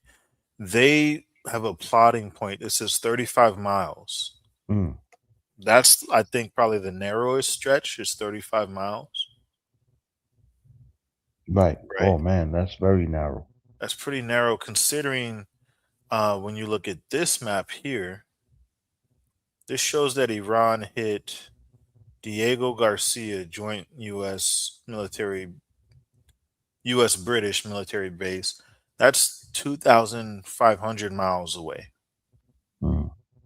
So if they're firing missiles from Iran to go thousands of miles away, and we really think that they can't bombard 35 miles, what I'm like, it's just not adding up to be a good scenario. Yeah, And that's they're gonna be open targets. right. If you have to go this way first, turn, and then go that way, and the whole time people are like waiting here, waiting up here, it's Mm. not, it's not ideal at all. It's Yeah, not. that coast on the right, well, my right, um, Yeah, that that's the coast Iran on, coast. yeah, the right, that coast, yeah, that's dangerous right there. Look at that. The whole thing. You As soon open, as you, as soon as you get in this narrow part, you're finna get lit up. yeah, it's gonna be They can, Normandy all over again. and you have to take the time to go and turn, or you finna crash.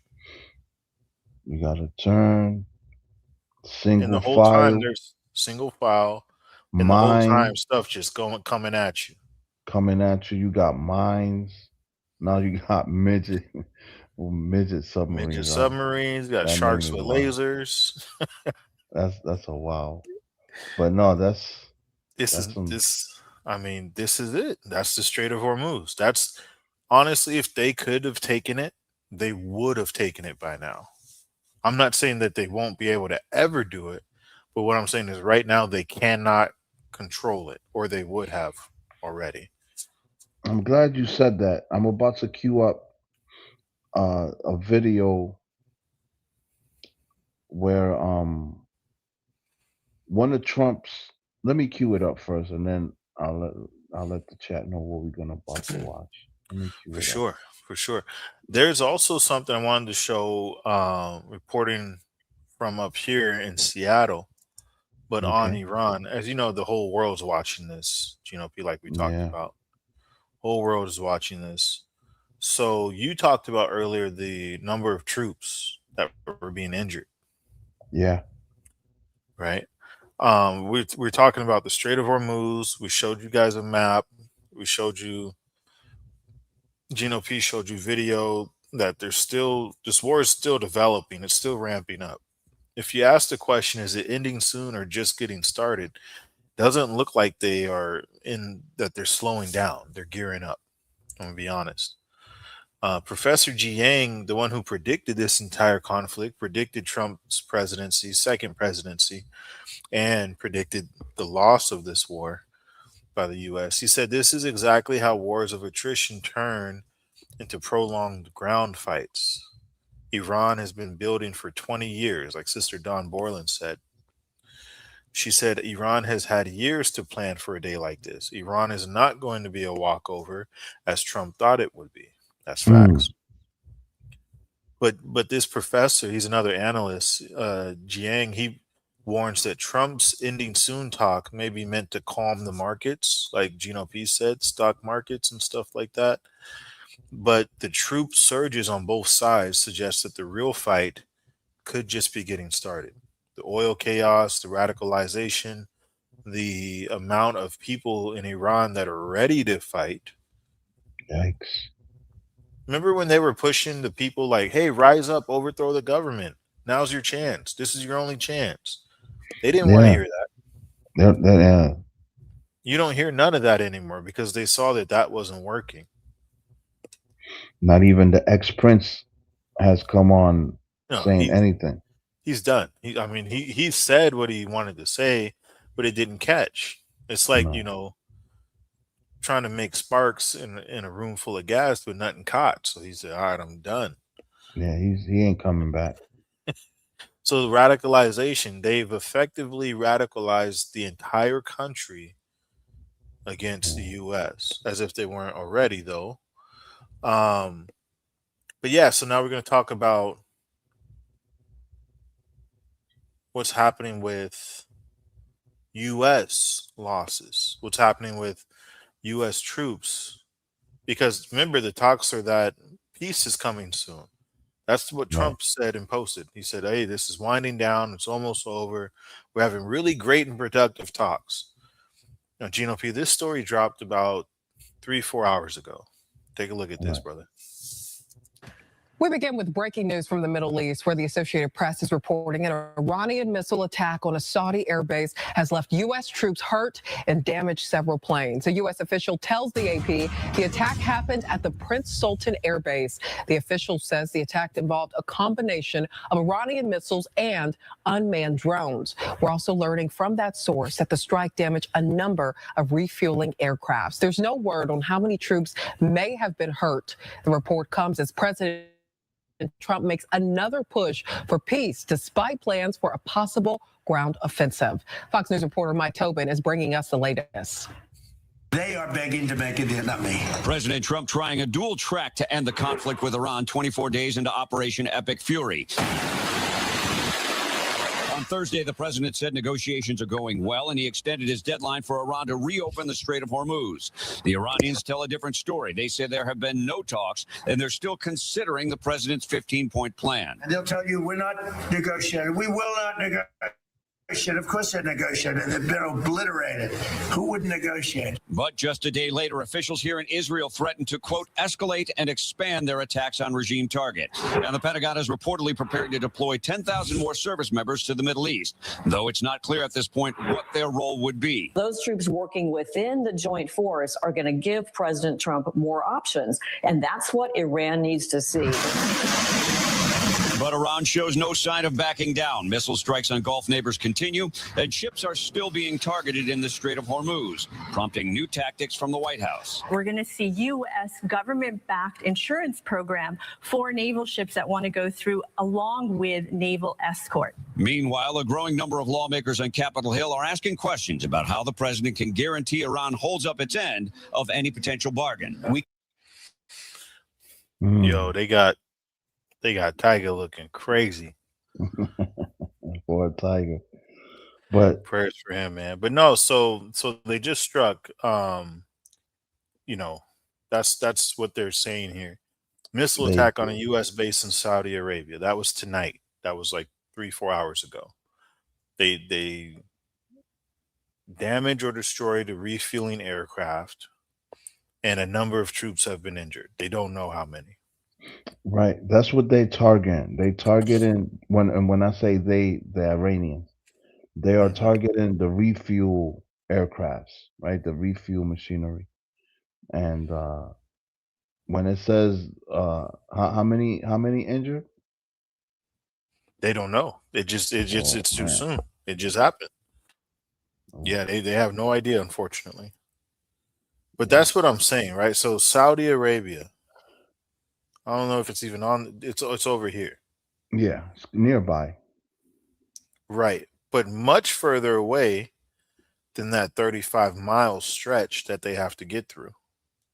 Right? Yeah, no, Iran has the firepower to, I mean, they're hitting targets. They're hitting threes. Yeah, they're hitting threes.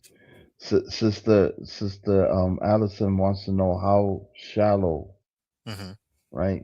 She wants to know how shallow is the shallow water?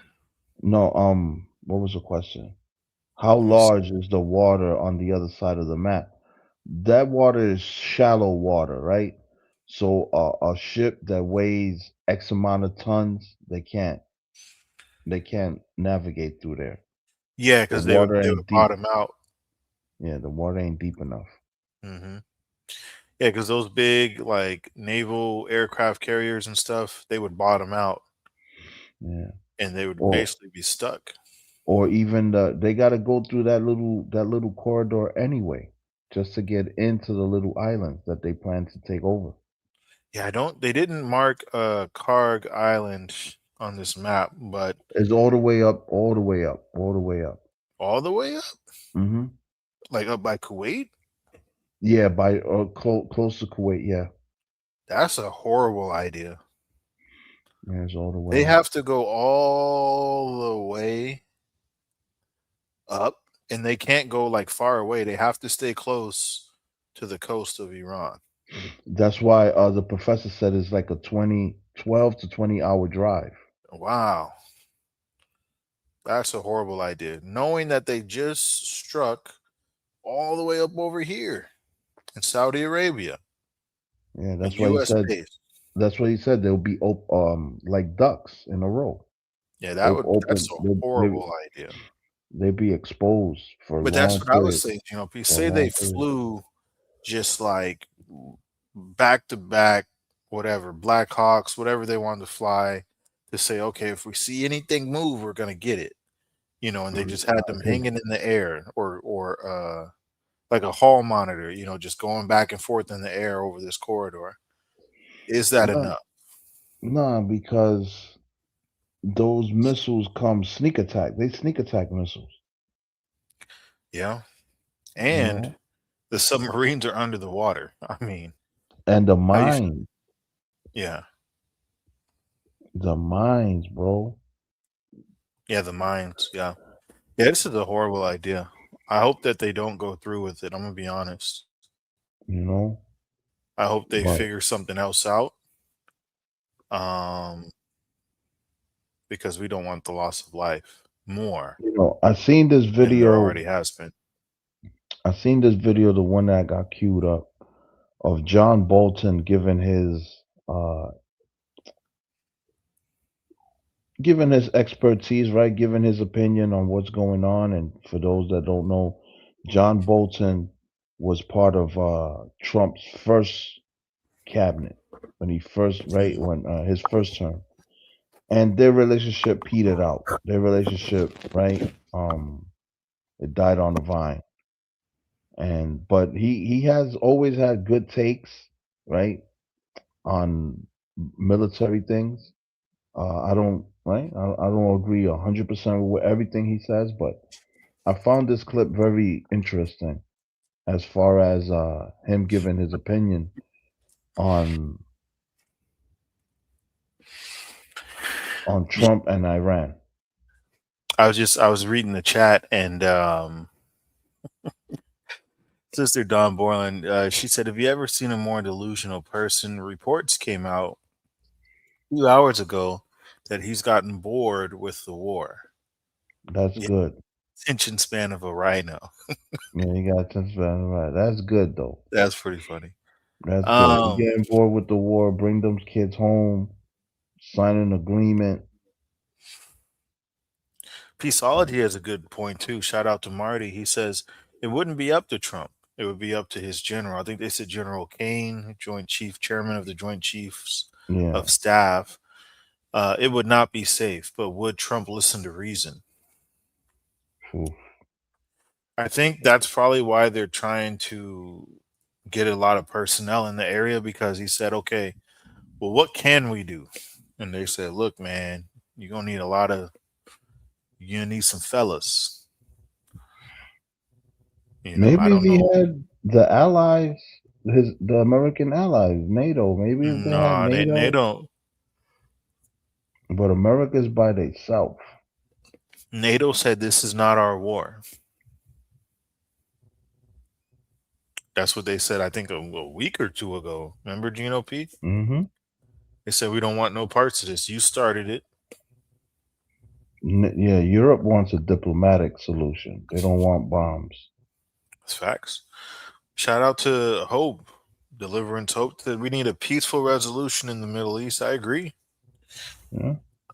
They also said the Iranians are the best of Middle East fighters. Nobody compares or comes close. They helped develop advanced civilization. The Persians are nothing to sneeze at. No joke, okay? Hey, I agree with you. Mm-hmm. Somebody was saying, I think it was Brother Michael, he was talking about how the Persians were mentioned in the scriptures. Yeah. But I mean, just historically, King Cyrus and them. Right. Well, he was talking about how, I believe it was in the book of Daniel. I don't want to get too far into it, but it was saying that the prayers were being held up because of the Persians. Yeah, that's a deep scripture right there. Right, and that's why I don't want to go too far into it. But he was like, that should tell you that they're nothing to be, to take easy. But yeah, it's in Daniel chapter 10. It says, "But the prince of the kingdom of Persia withstood me 21 days. But lo, Michael, one of the chief princes, came to help me, and I remained there with the kings of Persia." So, again, like Gino P said, that's a deep scripture. I'm not even. You already know. I don't even know what that means. We're not deep diving into no type of scripture. I don't even know what that means. But yes, that's Daniel testifying, right? The archangel Michael or Gabriel, was it? I believe he says Michael. Michael, okay, Michael. Yeah. Yeah, but the Persians were definitely a mighty empire. The Persian Empire. Well, yeah, I mean, even if just in the physical sense, that's who took out. You were talking about Leonidas. Leonidas and the 300, yeah, the Persian Empire, which eventually fell. Yeah, but I mean, it was an empire, but right? they came back. They did come back, though. They came by. Yeah, I mean, they were the first superpower under Darius the Conquering. Great. Yeah, Right. conquering other countries and having, other Across three countries. Yeah, continents, or yeah, Asia, Europe, and Africa, and 44% of the world's population. yeah. That's a huge empire. 5.5 million square kilometers. A great empire. So they definitely have seen war before, and yeah, I mean, it's not. That's why I said when we look at the other wars that took place, we're going to roll this clip in a minute, but when we look at the other wars that took place that we didn't do too well in, Gino P. Yeah, but I still have America. America's still the favorite. You know, yeah, America's still the favorite. No, I'm not saying America's going to get crushed It's like gonna cost a lot of lives, though. That's what I don't want. It's gonna cost a that lot of lives, and it's for gonna sure. hurt our dollar. That's for sure. And also, I believe honestly that America's going to be forced to withdraw from the conflict, just like in Afghanistan and just like in Iraq. They're going to say, okay, look, we cool, we backing out. Yeah, we just 'Cause it's came too up with a costly. great deal. You know, Trump could just fall back and stop bombing. But Hmm. yeah, I feel you, brother Peaceology. I feel you on that. Yeah, that's a deep joint. That's a deep scripture right there. Amen. But brother Gino P, go ahead and roll this clip. Let's see Oh what you yeah, got for us. we're about to react to John Bolton, former Trump cabinet member, and he has his opinion. On the war in Iran and how Trump is going about it. Yes, sir. Political analysis from John Bolton, former U.S. ambassador to the United Nations, also served as national security advisor in President Trump's first term. Ambassador, great to have you on. So President Trump just announced that per the Iranian government's request, he's extending this deadline for Iran to open the Strait of Hormuz. It's now Monday, April 6th. He's still threatening to obliterate all the power plants in Iran if they don't. Is extending this deadline a smart move or a sign that he's just reluctant to take that very big step? Well, I think it's a signal of weakness. Remember, the original deadline was 48 hours. Then it was 5 days. Now it's 10 days or 8 days or whatever it is. I think it shows what I've feared all along, that Trump wants to get out of this as soon as possible. He doesn't have a strategic thinking mentality. He doesn't know exactly what his objective is. The objective should be regime change. I thought that's what it was when he started out. But both by signaling a further delay for conversations to begin, the idea that we're negotiating with Iran now is simply false.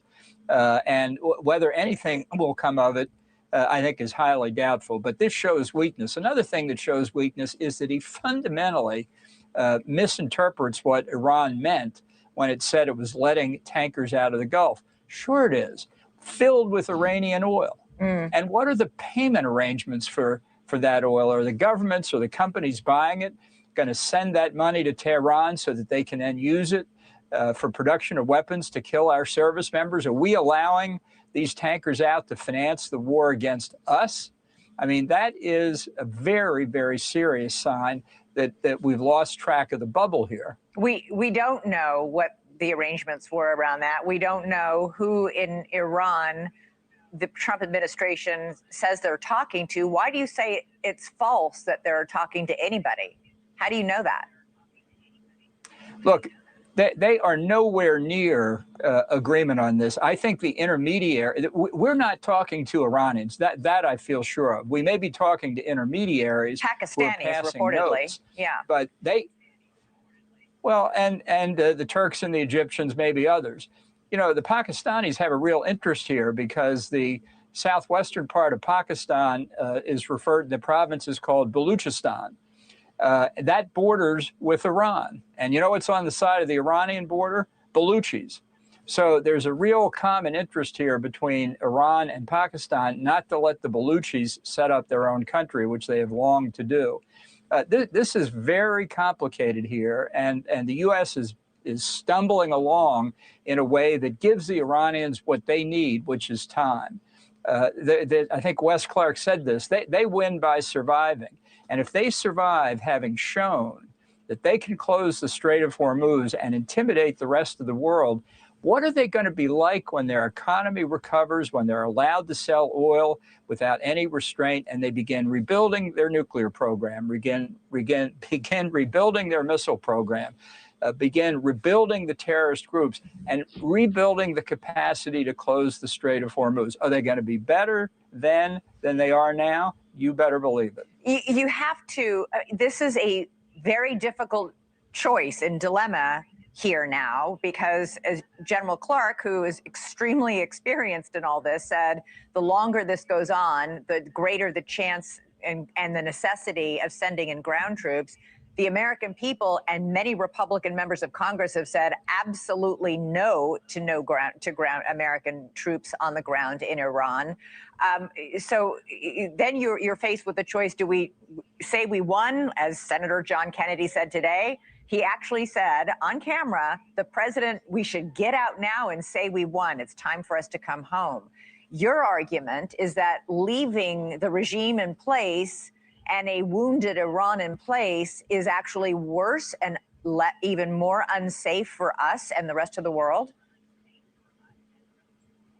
Will a wounded Iran open the Strait of Hormuz? And if so, what's the price?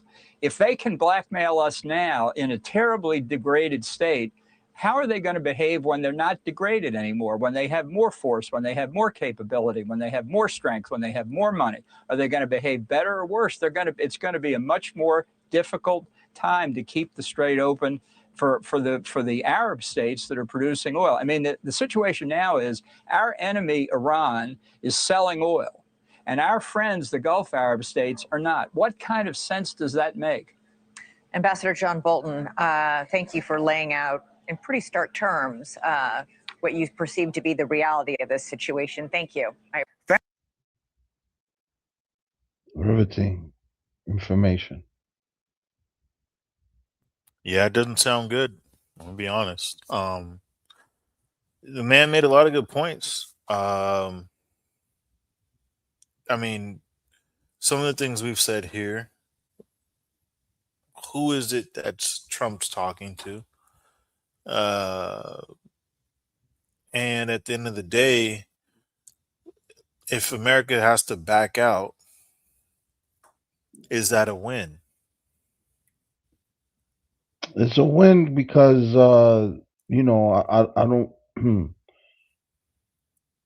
I don't want to see young Americans die over there. It's gonna be bad. It would be a win for the side of humanity, the side of reason, the side of preserving life. I agree. But when I say a win, would that be a win for quote unquote the American military, the American powerhouse? You know what I'm saying? How America is seen globally. Oh, you went in there, you bombed a few places, and then you left. But did you really beat them? Did you win? Or were you forced to leave because you couldn't win? To those who would position themselves as quote unquote enemies of America, just like again with Afghanistan, it was a win to leave. It was a win to leave Iraq because there was only death and misery coming from those conflicts. I agree, backing out is good, like Deliverance said. But in the sense of the whole reason the conflict started was to accomplish something. If that didn't get accomplished, then for all purposes, it's not a win. It's a fail. And all that happened was the loss of life. We all ended up spending more money. And now, again, you've radicalized or for lack of a better word, pissed off Iran. I Yeah. mean, you know what I'm Wounded saying, though, them. Gino P? They're wounded. They're a wounded enemy. They're wounded, but like, so before the conflict happened, Strait of Hormuz was not closed, right? There was no Right. problem going to and fro. That's what I'm saying. Now that you've done this and struck these people, if you back out and say, hey, okay, all right, the Strait of Hormuz is still contested. You see what I'm saying? Like, that's not a win, because now you've caused a huge problem for everybody. That's all I'm saying. It No, is I agree. it is With that. best to get out of it, but it should have never happened in the first place. Like, remember, we were having that conversation. Should the US be allowed to even tell them what they're trying to tell them? They shouldn't have even gone there in the first place. I'm gonna be honest. I agree. We should have never been there in the first place. But greed, we'll play that clip later on before we close out on how greed is running this war. Oh, for sure.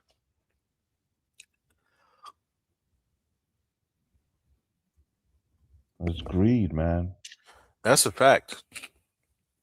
That's a fact. Let me see what's going on in the chat here. Let me see what's going on in the chat. I'm real far behind. But what I'm seeing here is really not good for us, being caught in the middle. And obviously the Iranian people are being affected much more so. The loss of life is heavy there. Mm. Right? Still haven't concluded who bombed that school full of young girls. Yikes. No one's going to be held accountable for that. I'm going to be Nope. honest. No one. No one's going to be brought up to trial for that, which That's was a war murder. crime. I mean, that's crazy. Yeah, it's a war crime. That's crazy. Dawn Borland, she said Trump's fragile ego will not allow him to back out. That's the part where we are in a bad way. We're stuck in a bad way. The man who's got his hand on the trigger is not all the way there. I'm going to be honest. Something's off, Gino P. Well, could the Republican Party stand up and stand up to Trump and just tell him no? I don't think they're going to. What we've been seeing thus far is that they're not willing to, right? They've never We've seen stopped. some, right? Some, Some but not Republicans. enough. There's Not too many enough. that are warmongers, right? Yeah. I think, who was warmongers. it? Lindsey Graham. Yikes! Yeah, he's a piece of work. That guy. Right. You know, there's too many of them that are. They're calling for the continuance of this. Right. Because there's money in it. There's money in it. There's lots of money. Just because there's money in it, There's lots of money. And Let me see here.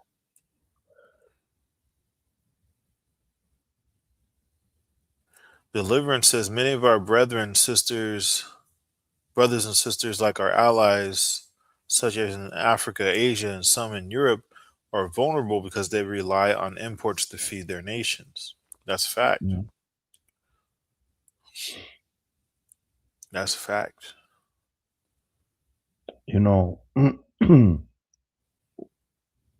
Iran wants their sanctions lifted. America to take their troops out of the Gulf. They want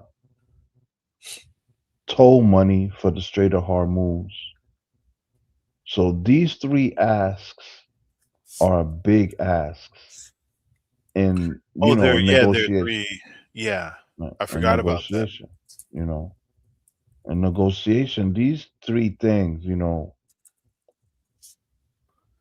the sanctions could be lifted, and the toll thing Well, But America taking out its troops from the Gulf, I don't know. so as in March, the Iranian president Mossad, he stated that ending the war requires three key conditions: formal recognition of Iran's legitimate rights, payment of reparations for the wartime damages, and a firm international guarantee against future military aggression. Mm. And then plus the other things that you mentioned, I'm sure. But um the recognition of their legitimate rights, that's touching on the enriched uranium.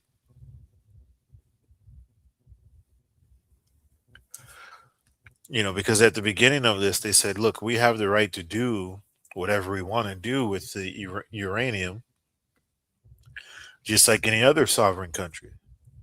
If we want to make bombs with it, then we will.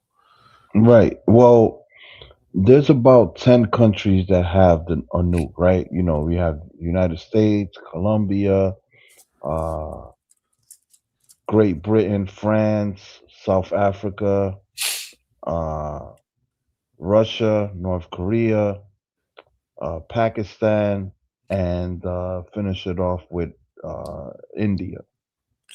I think Well, that I don't see South Africa on there. I'm gonna be honest. no, not South Africa. Nah, they ain't giving it to them. They're not giving to them. Okay. There's But only you're right. Russia got the most, like 5,459. U.S. got 5,277 nuclear warheads. China has 600. France has 290. Um, UK has 225. India 180. Pakistan 170. Israel 90. Oh North yeah, I Korea forgot 50. Israel. I forgot Israel. Yeah. So But the list is a short list. it's a short list. Italy, Turkey, Belgium, Germany, Netherlands, they host nuclear weapons, like, for NATO and stuff like that. But it's only a short list of countries, maybe 9, 8, 9, maybe 10 countries. They want to keep that list short. Yeah. Um, no, I don't see any countries from Africa on here. I'll be honest. And I thought South Africa was trying to Um, get. they probably was trying. They probably was trying. Maybe I had it wrong though. I mean, this map is crazy, Gino P. Let me show you this real quick. So they have this projection here,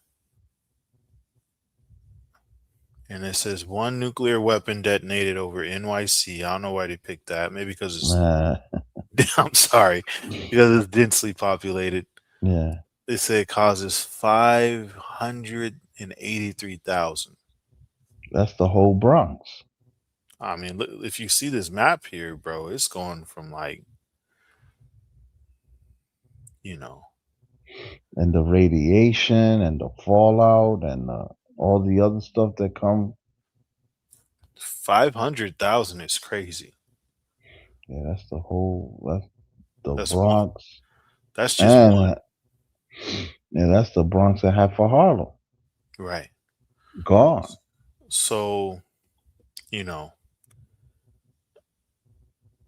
I can understand, like I said before, people saying, oh, it's not good for anyone that says death to America to have a nuclear warhead. But North Korea and other countries that are not exactly America friendly, Mm. you know what I'm saying? They have nuclear warheads. Mm. But yeah, Yeah, I mean, North Korea. yeah, I mean, so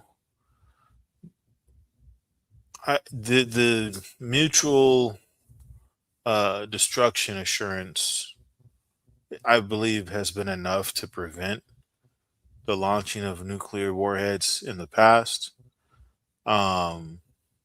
but the United States decided that they would rather strike to prevent that, and that doesn't seem to be working out. And 28 days. you know who's also made a? I'm sorry. Hold on. Give me 1 second. No, you good, brother. You good. Had to clear my throat. For But sure. you know who's another one that's making a killing off this war? Oh, Vladimir. Nancy. No, Oh, okay. Vladimir Putin. Well, because Russia has a lot of oil too. Yeah, Vladimir Putin is making a killing. Yeah, Russia's got a lot of oil. So I know Trump, that's his buddy. They real close. You know, He rolled out the red carpet. you got that picture of him blowing bubble and whatnot, but yeah, I know they close though. Yeah. And you know that map that I showed, sisters, you know, it's not to, you know, instill fear, but that's a reality of nuclear warfare. Mm. And when you consider the fact that Russia has over 5,000, US has over 5,000, China has over 600, it's not going to take hundreds of those. It's probably not even going to take 100 of those. You know what I mean? No, that's not gonna take.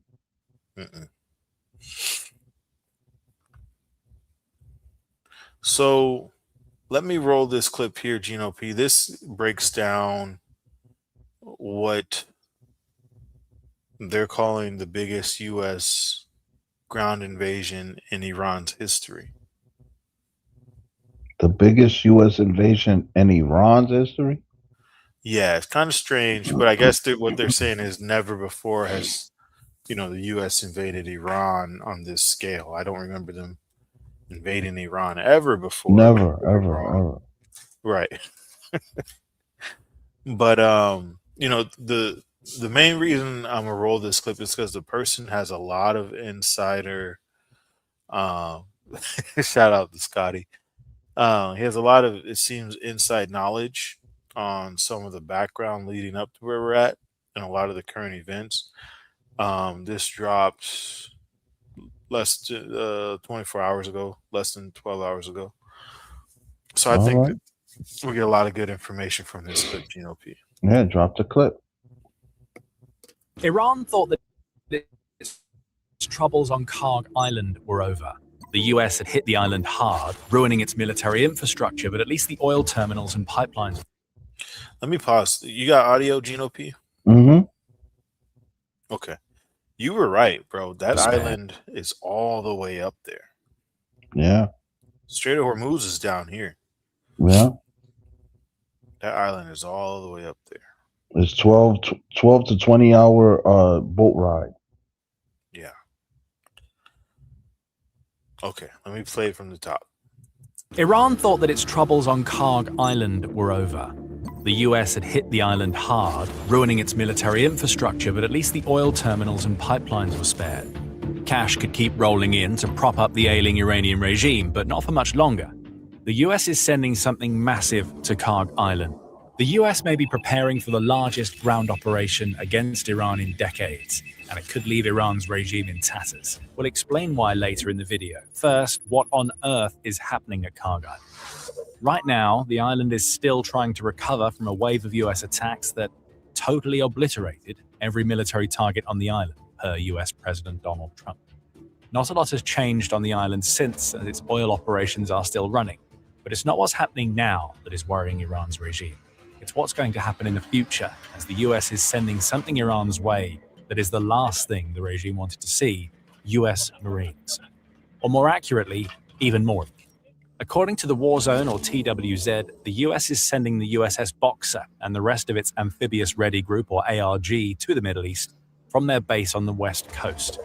Coming along for the ride is the 11th Marine Expeditionary Unit, or MEU, which reportedly has around 2,500 Marines that could be ready to put boots on the ground in Iran, if they get the order.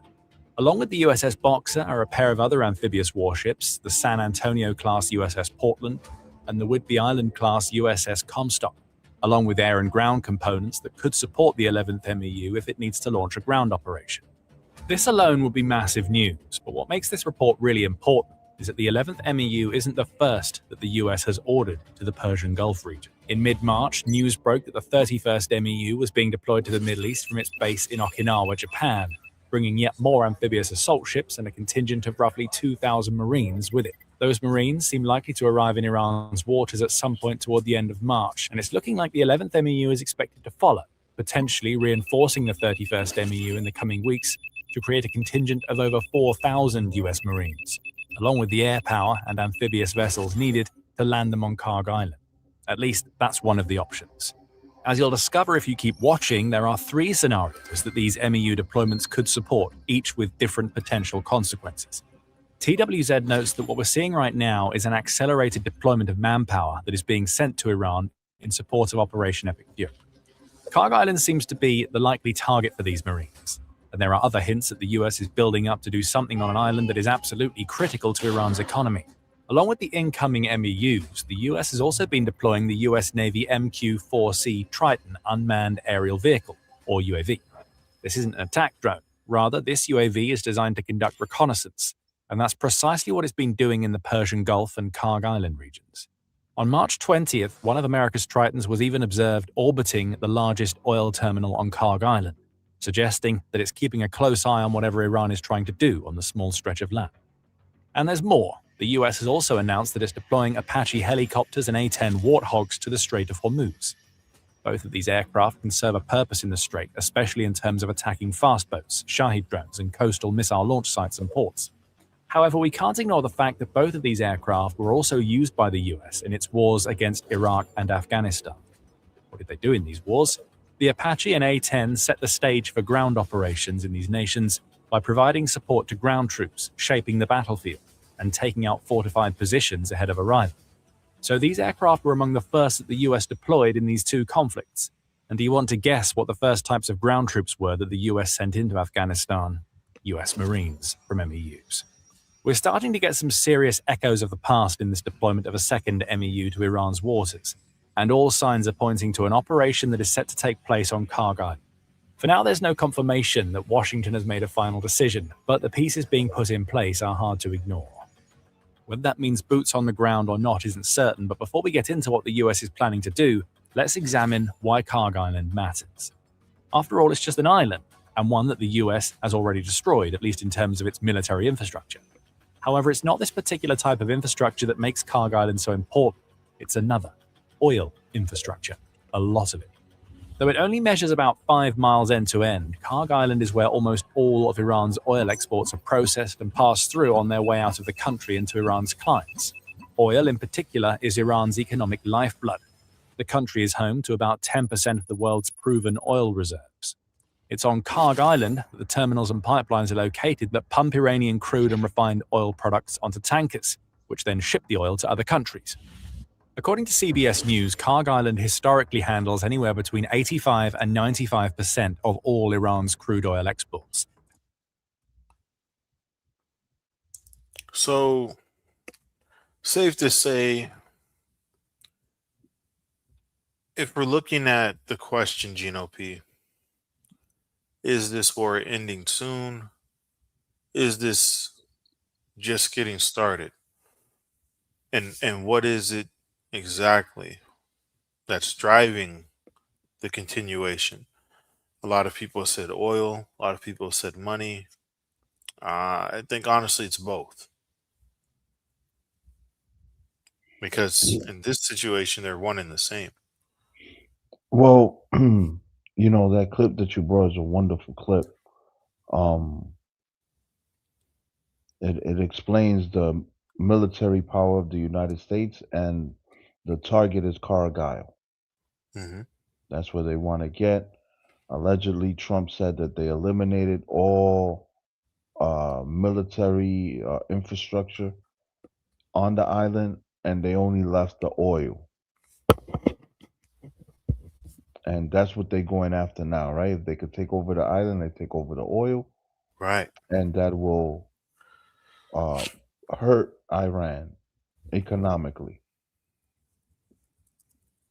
But at what again? At what cost? It's gonna be a huge cost, man, of Right. life. Yeah. I mean, And Iran is talking all that smack, but they don't want the smoke neither, though. well, I'm not going to say that they want this to happen. No. But I don't think we can argue that they've been prepared for this to happen. Yeah. Like, nobody wants. I would say it's fair enough to say Iran did not want to go to war with the U.S., but they've been preparing for it for 20 years because in their mind, it may have been inevitable or just a matter of time, right? Right. So that's the part where I agree. They don't want the smoke, but they're ready for the smoke. And They're that's okay. that's a whole nother ball game versus not, what I'm saying, being ready at all.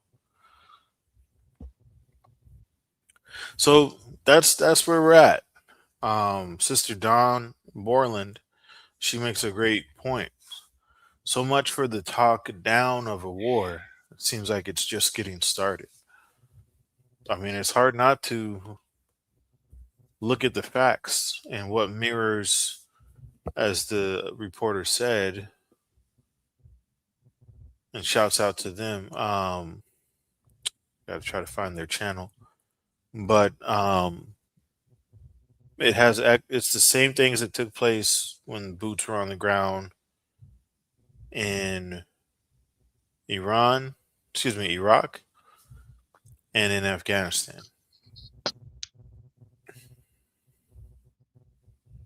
No. That's what they did. They said they had the same types of aircraft. They deployed the same types of military units. But yeah, Iran is much more dangerous, much more Right. much more dangerous opponent. Well, that's why I was saying, not that they want the war, no, or that they want the smoke, definitely not, but they're ready for it. They're ready. You know, not that they're ready that they're going to obliterate the U.S. or anything like that. Of course not. But they're not. They're prepared so that they themselves don't get obliterated. You know what I But mean? yeah. On day one of this war, what they do? Unalive the leader. Yep. Unalived his wife. Unalived his daughter. Unalived God knows who else in that room, right? Yeah. So the war just started off crazy off rip. That's facts. And Trump thought, he was still coming off the, if you want to call it, victory in Venezuela, as far as Mm-hmm. bringing Maduro to justice. But he had help. Maduro's own regime turned on him.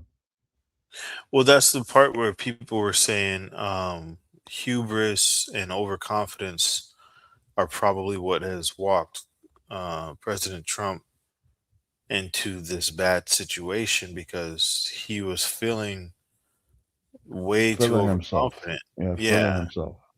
because of what took place in um, Venezuela. Yeah. But this is in Venezuela. Yeah, Venezuela. In Venezuela, Trump had help from Venezuelans. Yeah. There were Venezuelans helping Trump and the regime, and Trump's regime to take down Maduro. Because they were Yeah. fed up. They were fed up of his abuse, and allegedly he didn't know how to share right. He wanted all the money for him. Yep. So Well, people in his own circle betrayed him. right. And that's what they were trying to that's what they were trying to get the people of Iran to do. They're like, rise up. They're trying to get some inside help. Shout out to Sister Tanya Bond. But as we're having this episode, P, obviously more news is coming out. 20 minutes ago, they finally dropped that missile attack that took place Friday, wounded at least 10 U.S. service members in that base in Saudi Arabia, Prince Sultan Air Base, which is pretty far. If you look at this map real quick, I mean, this is pretty far from Iran. Yeah. Much further than the Strait. I mean, the Strait is not, it's right there. It's Right there. Garg Island is right there. They got to go all the way up that water causeway. It's crazy. They got to miss these islands here. Or maybe take them over. I don't know. It'll be, I don't know. If they hit an air base over here, and we're thinking like missile defense systems, like radar, right, to sense incoming, because I mean this thing had to travel all the way over. So, you know, I don't know.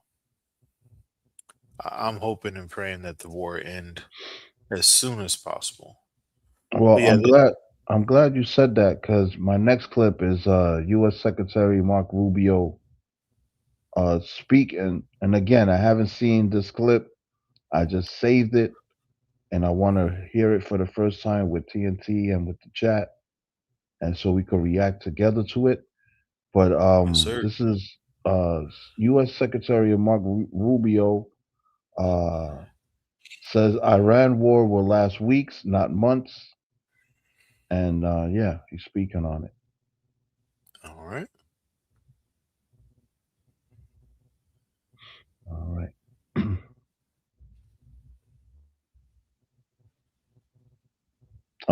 Geez, if it'll work if I had the volume up. No problem. I mean, obviously, it was an opportunity to talk to our allies in the G7 and outline the perspective of what we have going on with Iran. In particular, we talked about a lot of things, but obviously in the Iran operation. As the Department of War has consistently outlined, we are on or ahead of schedule in that operation and expect to conclude it at the appropriate time here in a matter of weeks, not months. And the progress is going very well. Obviously, we have some work to do. We have to finish the job, and we are finishing that job.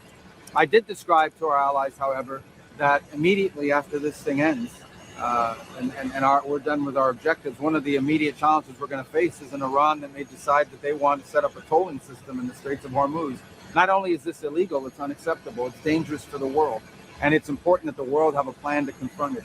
The United States is prepared to be a part of that plan. We don't have to lead that plan, but we're happy to be a part of it. But these countries have a lot at stake, not just the G7 countries, but countries in Asia and all over the world have a lot at stake and should contribute greatly to that effort to ensure that neither the Straits of Hormuz or frankly any international waterways should ever be something that's controlled or tolled by a nation state or by a terroristic government like the one that exists in Iran today in that radical clerical regime. Let me put it to you this way. There is nothing Russia is doing for Iran that is in any way impeding or affecting our operation or the effectiveness of it. That's the best way that I can put it. We are achieving all those objectives. We are ahead of schedule on most of them, and we can achieve them without any ground troops, without any. Now, in terms of why there's deployments, number one, the president has to be prepared for multiple contingencies, which I'm not going to discuss in the media. And again, I refer you to the Department of War, who will probably tell you the exact same thing. But we can achieve all of our objectives without ground troops, but we are always going to be prepared to give the president maximum optionality and maximum opportunity to adjust to contingencies should they emerge. Is it your understanding that they'll convey their response to the 15-point plan today? And are you looking for anything in particular? We haven't gotten it yet. Look, we've got messages. We've had an exchange of messages and indications from the Iranian system, whatever's left of it, about a willingness to talk about certain things. We're waiting for further clarification about who is it that we would be talking to, what will we be talking about, and when will we be talking. I don't have any news for you on that yet. It could happen at any moment. It could happen today. It could happen tomorrow. We're not predicting it. We're going to continue with our operation. Signal that there's still There are some in the Iranian regime that are going around saying that they want to make the Strait of Hormuz tolling thing, they want to make it permanent. That's unacceptable. The whole world should be outraged by it. We're impacted by it a little bit, but the rest of the world is impacted by it a lot more, including many of the countries represented today here at the G7. And so if those countries are deeply impacted by it, all we've said is, you guys need to do something about it. We'll help you, but you guys are going to need to be ready to do something about it. Because when this conflict and when this operation ends, if the Iranians decide, well, now we control the Straits of Hormuz, and you can only go through here if you pay us, and if we allow you to, that's not only is it illegal under international law and maritime law, it's unacceptable. And that can't be allowed to exist. And so what we've said is that the countries that are most impacted by that should be willing to do something about it, and we'll help them. And that's what I said today, and I had a good reception to that message. Did you hear it? Well, right now I think they expire April 9th or 10th. It's only about the oil that's in the water. So we don't have, that's not a permanent policy of the United States. Obviously, we'll make adjustments if necessary, given global conditions. But ultimately, the president has not indicated his desire to permanently lift any of these sanctions. This has to do mostly with oil that's already out in the water and was either going to go to, for example, to China at a discount.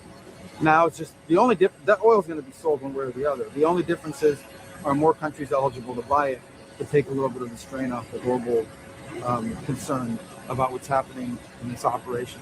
And then on the Strait of Hormuz. All right, it's getting cold. We're out. Let's go. All right, Gino P. Yeah, he said a lot of nothing. He said a lot of nothing. He said a lot without saying nothing.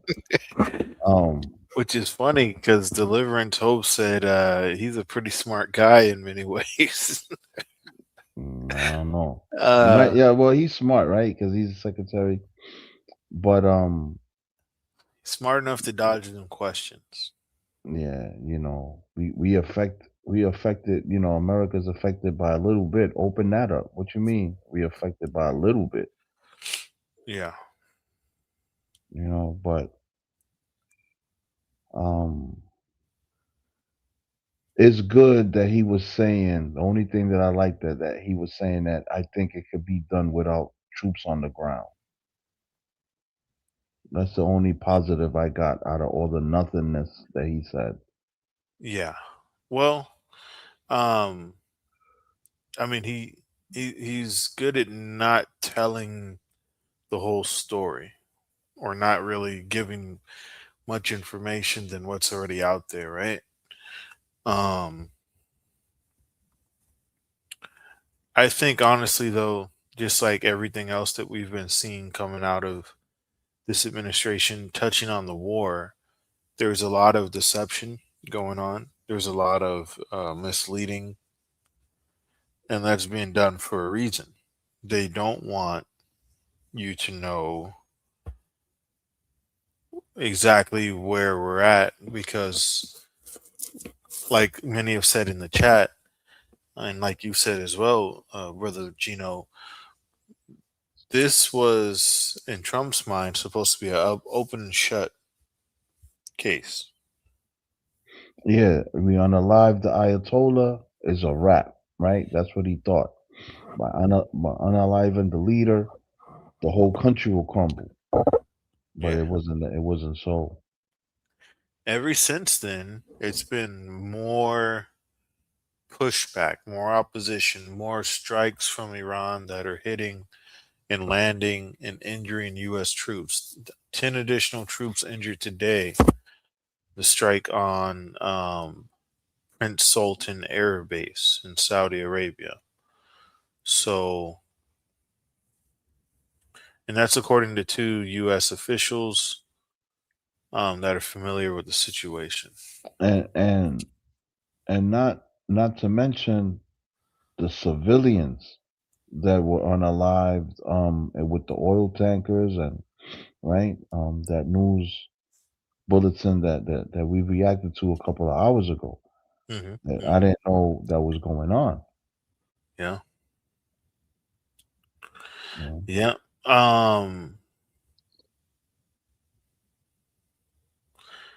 And I mean, they've got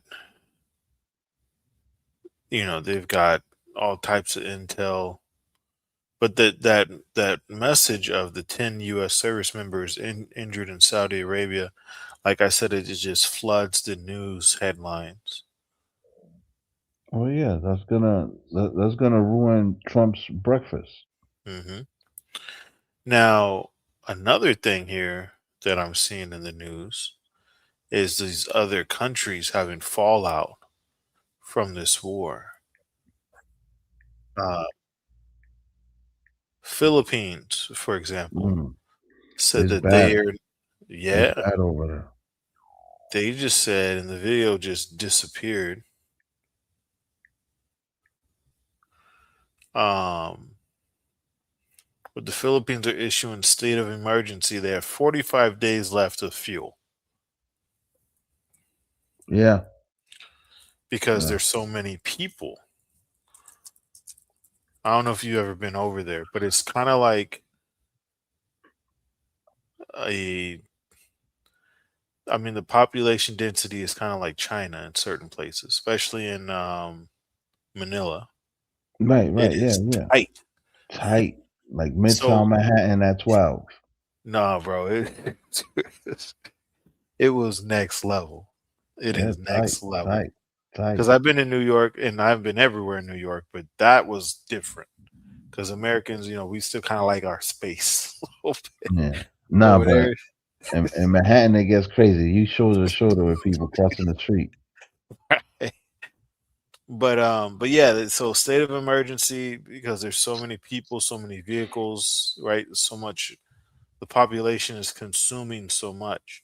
So they have declared a state of emergency from the Iran war, and they're not even in the war, Yeah, but no, it's they're being bad. affected. Yeah, The because the Philippines is country's bad, fuel. bro.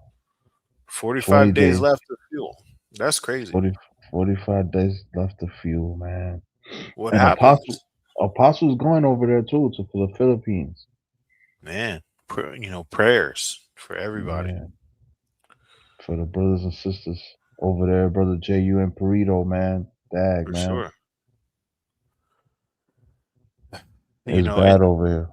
that's really just the beginning, obviously, because we're not seeing other countries yet.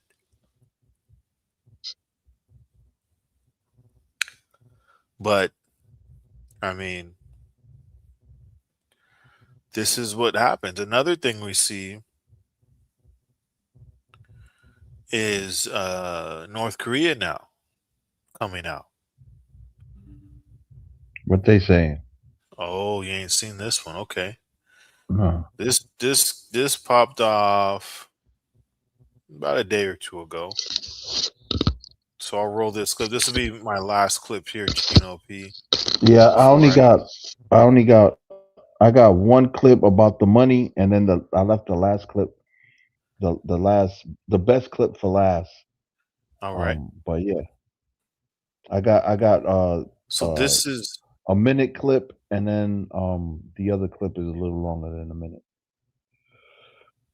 yeah. So Deliverance actually made a good point as well. I want to grab their comment.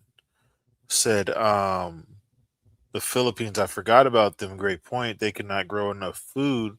They depend on imports. Phew. Population. Deliverance Hope brought up Japan. He said, how long can Japan hold out too? I agree with Deliverance. We all need to be praying for sure. Prayers for everyone involved. Prayers for the entire world. Because that's who's involved at this point. Hasn't been a conflict like this that affect the whole entire world before. There's been conflicts that affect the regions, conflicts that no one likes to see. But this one's hitting people that ain't even in it. Yeah, you got to go back maybe 80 years, like World War One, World War Two, or something like that. Yeah. This one's affecting people that ain't even close to being in it. Let's listen here from words from North Korea now. Some strong words towards President Trump. All right. Kim Jong-un says the war with Iran proves North Korea was right to push ahead with its nuclear program. And he's leveled some strong accusations against the US president following another round of missile tests earlier this month. CNN's Will Ripley has the details.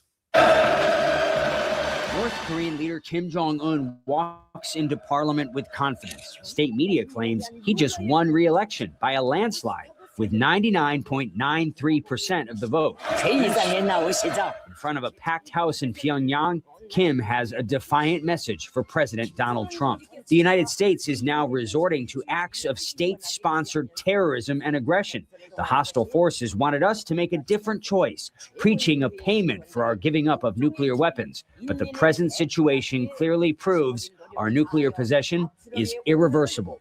Kim never names Iran. He doesn't have to. His message to Trump is blunt. When diplomacy fails, only brute nuclear force will do.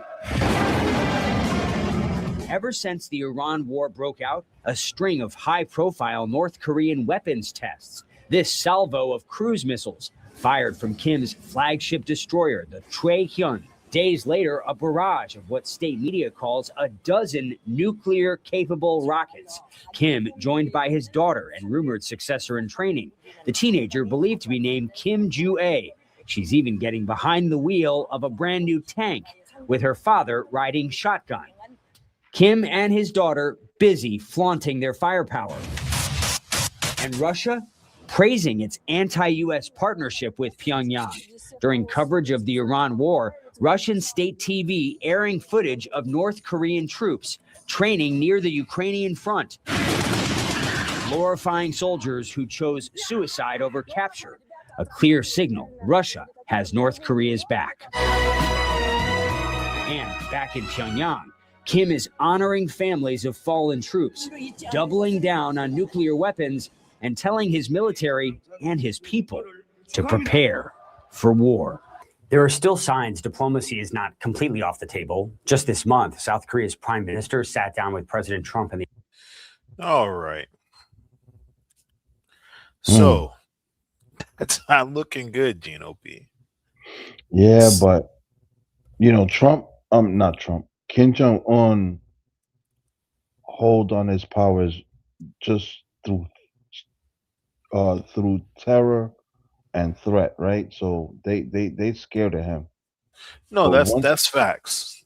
once he's gone, I believe that'll be the end of the regime. I don't think that little girl would take over. Nor the sister. I don't think the sister would take over neither. Sometimes, women, the dictators can be more brutal. Yeah, but I don't know if they'll if the military brass. But again, that's another story, right? That has to come to fruition for us to react to it. Yeah, that'll be something there. But Kim Jong-un, all he has is the threat of nuclear. But their military ain't all that. Right. Yeah, no no. serious threat. But their military is weak. They got a weak military. Well, I think his point is like, look, we don't need to have the numbers. We don't need to even have the jets or the submarines. Press that button. Right.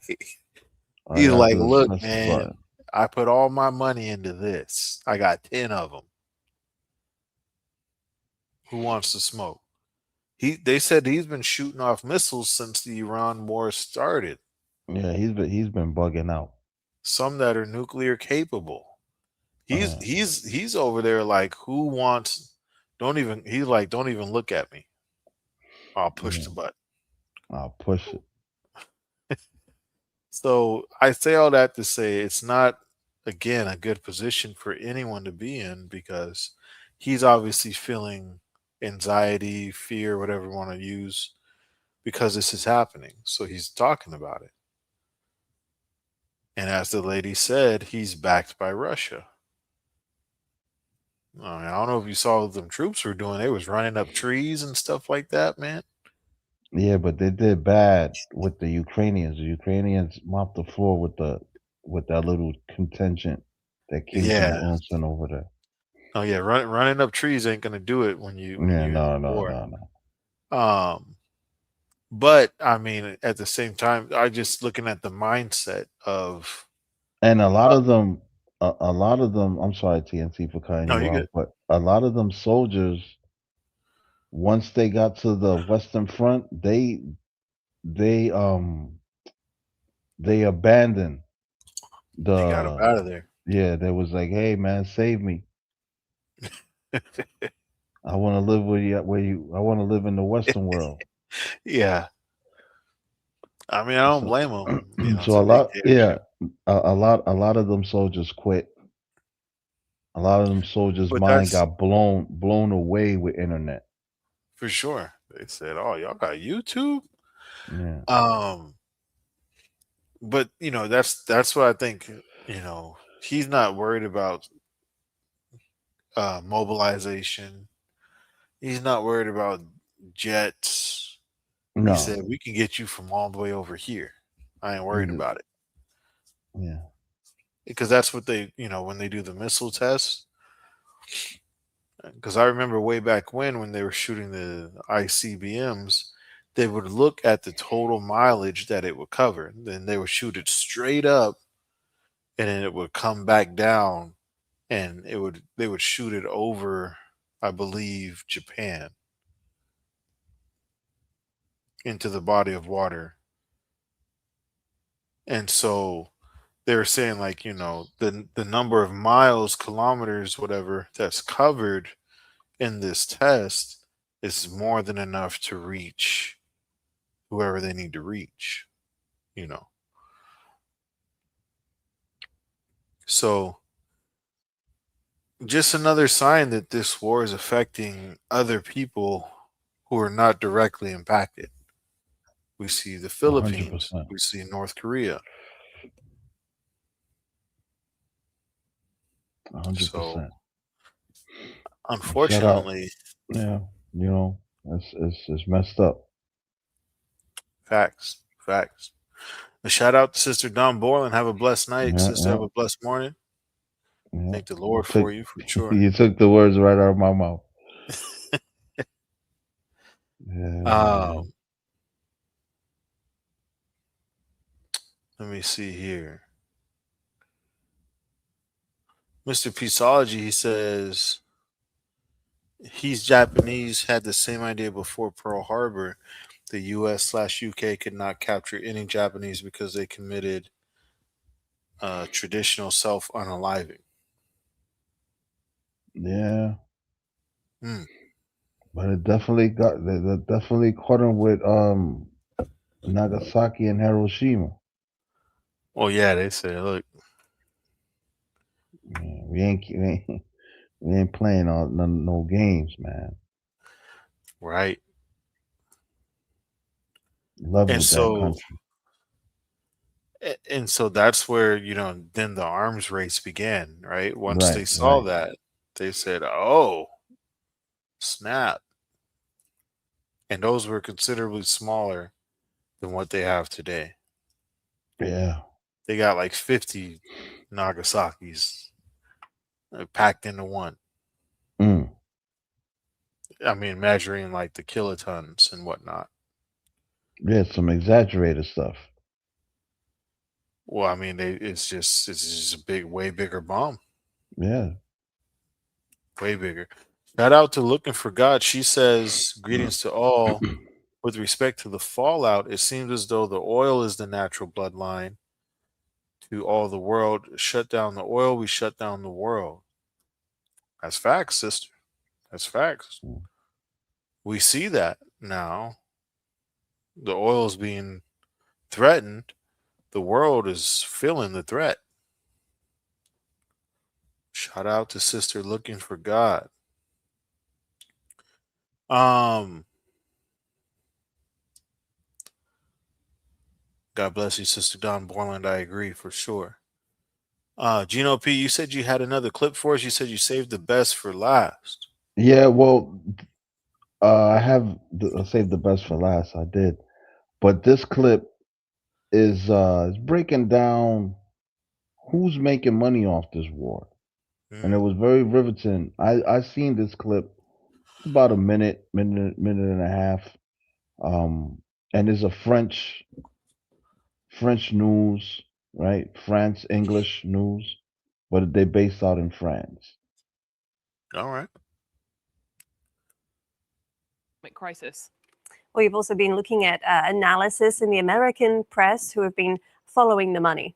That's quite right. Well, the Washington Post has this piece on what it's cost so far, American coffers. $5.6 billion in munitions were used in just the first 2 days of strikes on Iran. This as the administration now prepares to send Congress an additional defense budget request in order to sustain the war. And now they're moving away from their more advanced, expensive weaponry they were using in the first days of the war towards cheaper weaponry, moving from millions per strike to tens or hundreds of thousands per strike. But it remains an extremely expensive business war. It's also a very lucrative one, as the Trump brothers have realized in this exclusive in the Wall Street Journal. The Trump sons back new drone company targeting Pentagon sales. This as Eric and Donald Trump Jr. back a new drone company targeting Pentagon sales called Power Us. The company are working towards producing 10,000 drones per month, which would make them a US leader. And they're, of course, vying for their slice of the $1.1 billion that the Pentagon has said they aim to spend on US-made drones by next year. Another form of war profiteering is highlighted in The New Yorker, how to prevent insider trading on Trump's wars. 6 anonymous online gamblers made $1.2 million betting on the initial US strikes on Iran. Crypto analytics firm Bubble Map suspect administration or military chain of command insiders acting with inside classified information. This is something that, of course, would be insider trading if it were the classic stock market, but it's not. It's on websites such as Polymarket, the much less regulated cryptocurrency-based prediction markets. All right, well, amid all Betting on the war. Ain't that something?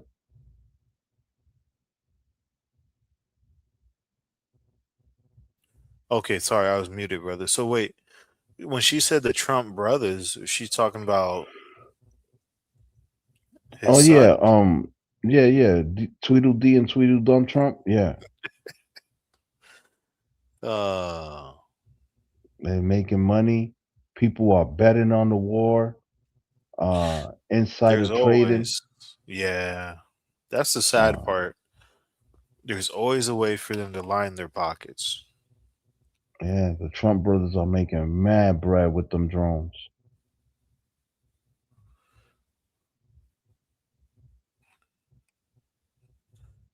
I mean, Maybe. so he said Trump's sons back drones that they use in the war, same drones they use in Ukraine, maybe. Maybe. Now, I remember when Ukraine-Russia war first popped off, that's when we really started hearing about the drone warfare, right? Yeah, that's what popped it off. Yeah. I mean, prior to that, I don't recall ever hearing of drones being used in war, certainly not to this scale.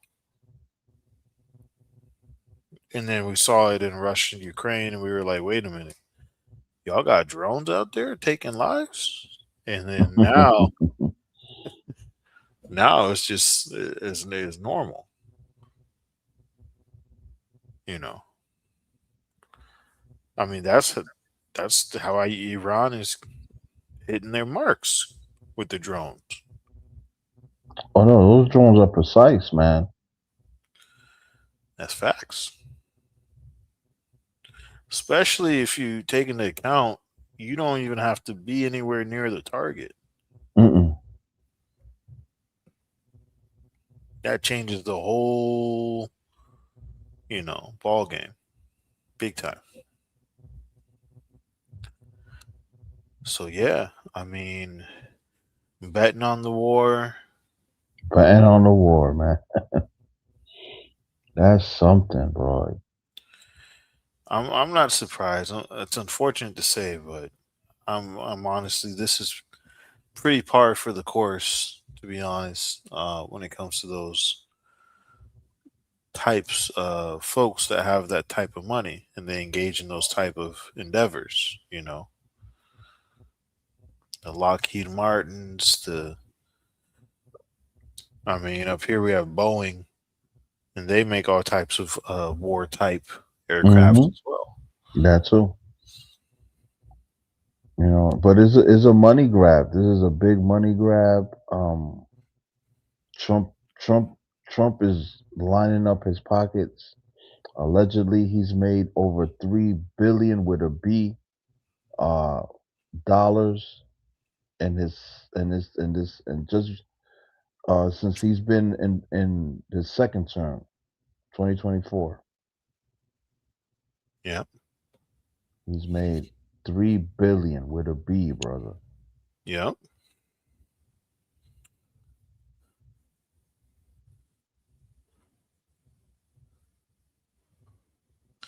So, I mean, I can't read his comment, but he's pretty passionate. There's a fellow in the chat. Says Dems dumb D1. He said the current government propaganda. Iran is getting defeated, for lack of a better word. It's not even close, and you're not informed. Yeah, I don't know where he coming from. Well, I think you late. He late. Yeah, you got to rewind the show. Democrat. He might be thinking that we're saying America is losing horribly and everything's Oh, burning. because of the poll. Yeah. Well, the poll doesn't even reference that. The poll just says, is the war ending soon? It doesn't talk about who's winning or not. So, it is what it is. But, at the end of the day, he's entitled to his opinion. Oh, yeah, 100%. Now, let me see here. I'm not sure what Deliverance Hope was said. Wow, you know about that code. Nice. I'm not sure what he was in reference to. Oh, okay. Marty Pisology. Okay. Yeah, he was talking to Marty Pisology. Shout out to Deliverance and Marty. But talking about the drones though, Gino P, that's big business for sure. Big money. Big money. And you seen at the beginning of the clip, what was it? A 5 something billion. Yep. Is already used up, and they're asking for more. And I think she said that was per day. Right. They're asking for 200 more billion. Yeah. They I don't need know it. if it's billion or million. I forgot. No, it's billion. They didn't graduate from spending millions. They got to spend billion.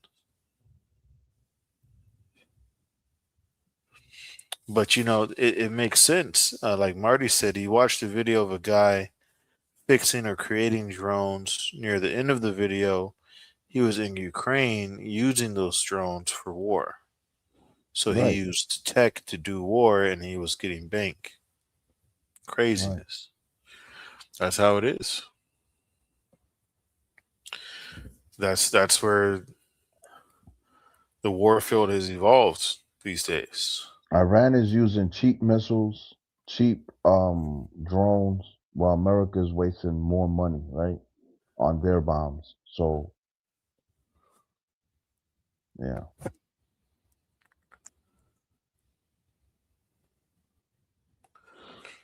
So Dims is saying, he said every network out there is saying the same thing.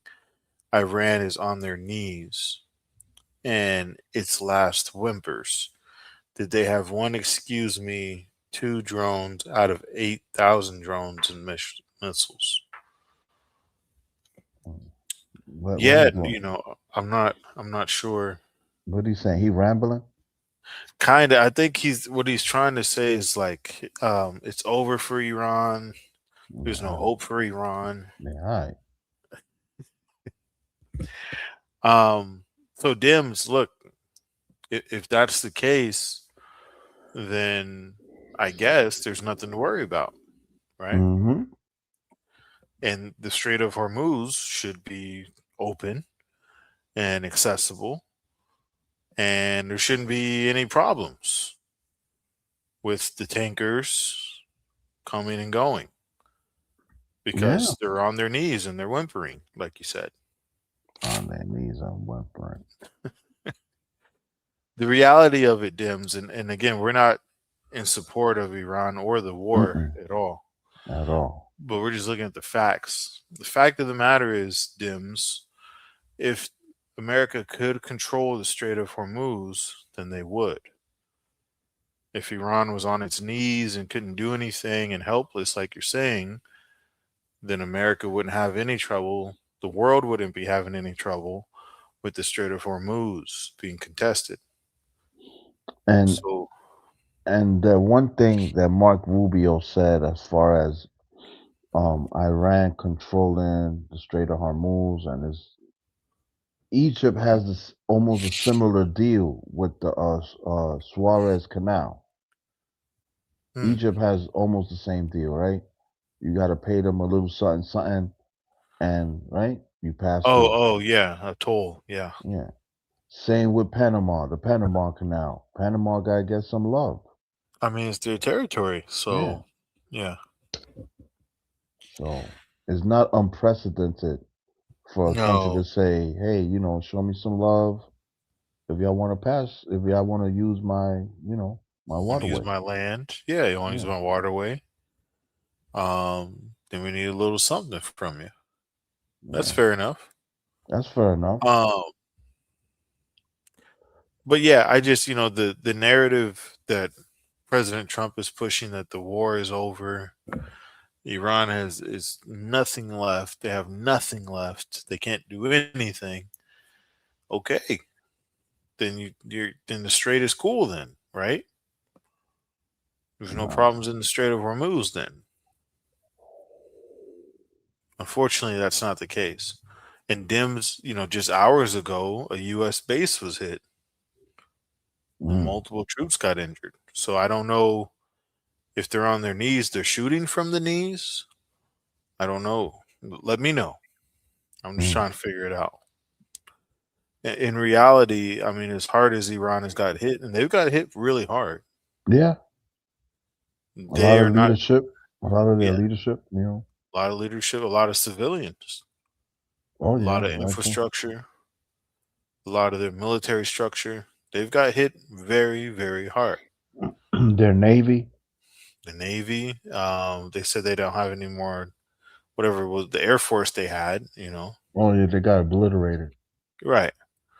But despite that, they're still shooting back. So you have to ask yourself,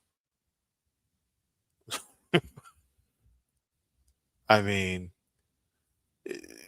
you know what I'm saying? You can't say that the person is done. Oh, you're finished. I finished you. But they're still shooting back and hitting targets and taking lives. In the famous book, The Art of War, by Sun Tzu. Yeah. He atomizes a predicament like that, right? When you wound your opponent, a wounded opponent is a very dangerous opponent. Facts. Because they're going to strike back.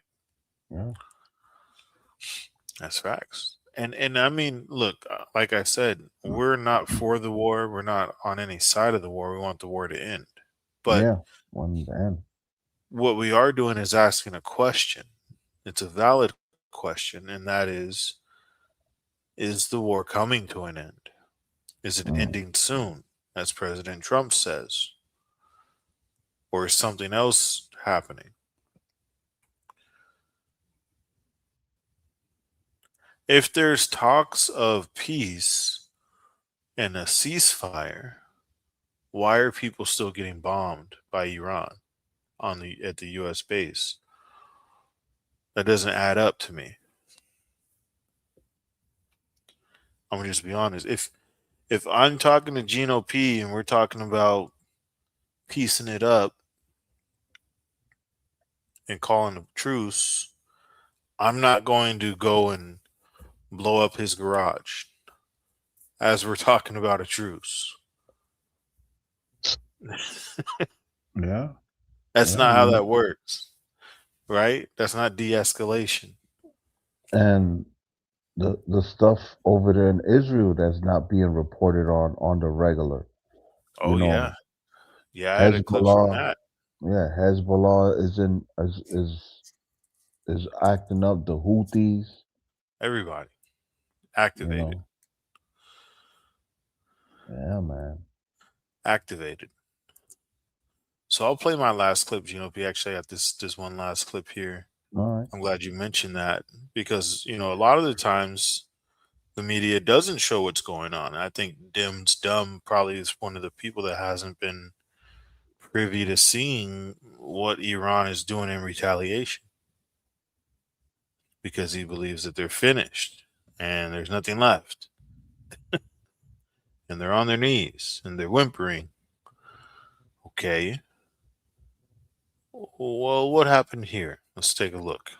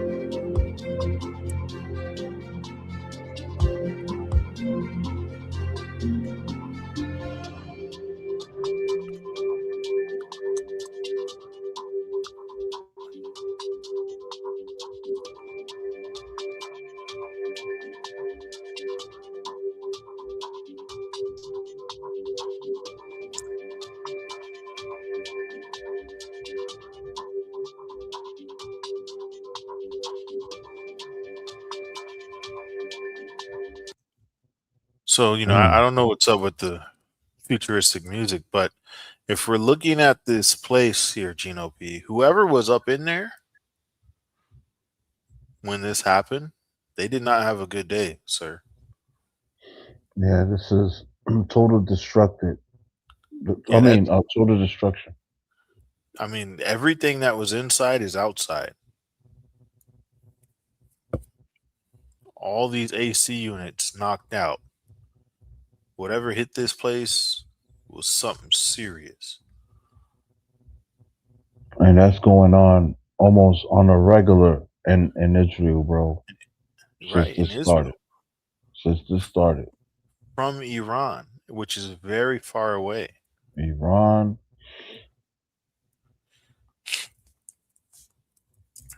Yeah. I mean, if you look at the map, they shooting straight across Iraq and Syria. Yeah. And they're getting through the Iron Dome too. That's facts. They're able to penetrate the Iron Dome.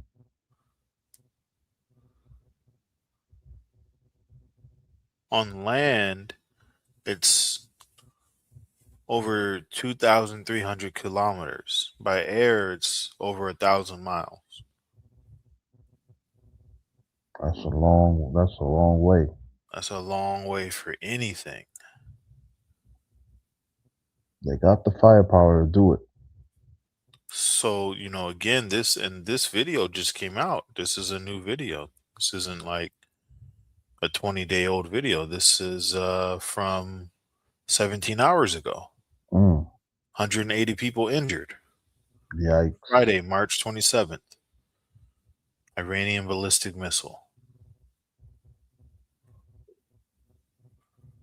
So, yeah, I mean, they're saying all the leadership is gone. They're saying everything is done. Who's firing this off? Revolutionary Guard, man. Oh, yeah. Well, I mean, they still got people in Yeah, position. Revolutionary Guard, bro, is very structured. If one person gets unalive, this one is take over, and it's very structured. Facts. So I understand why Israel is saying, "Oh, we're about to ramp it up." They kind of upset. Yeah. They kind of upset, and I mean, understandable. You see in the news reports of Iran's missiles piercing through Israel's interceptors. Yeah. They can't sustain this. Like Gino P said, the Iron Dome. They're getting through. And we agree with what you're saying, Brian. That's a great take. Let me see where Brian at. Oh yeah, we agree, Brian. God bless you. Appreciate you for sure. I mean, prayers for everybody involved. Yeah.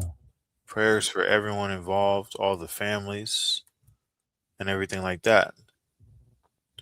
This is Iran overwhelms Israel U.S. air defenses.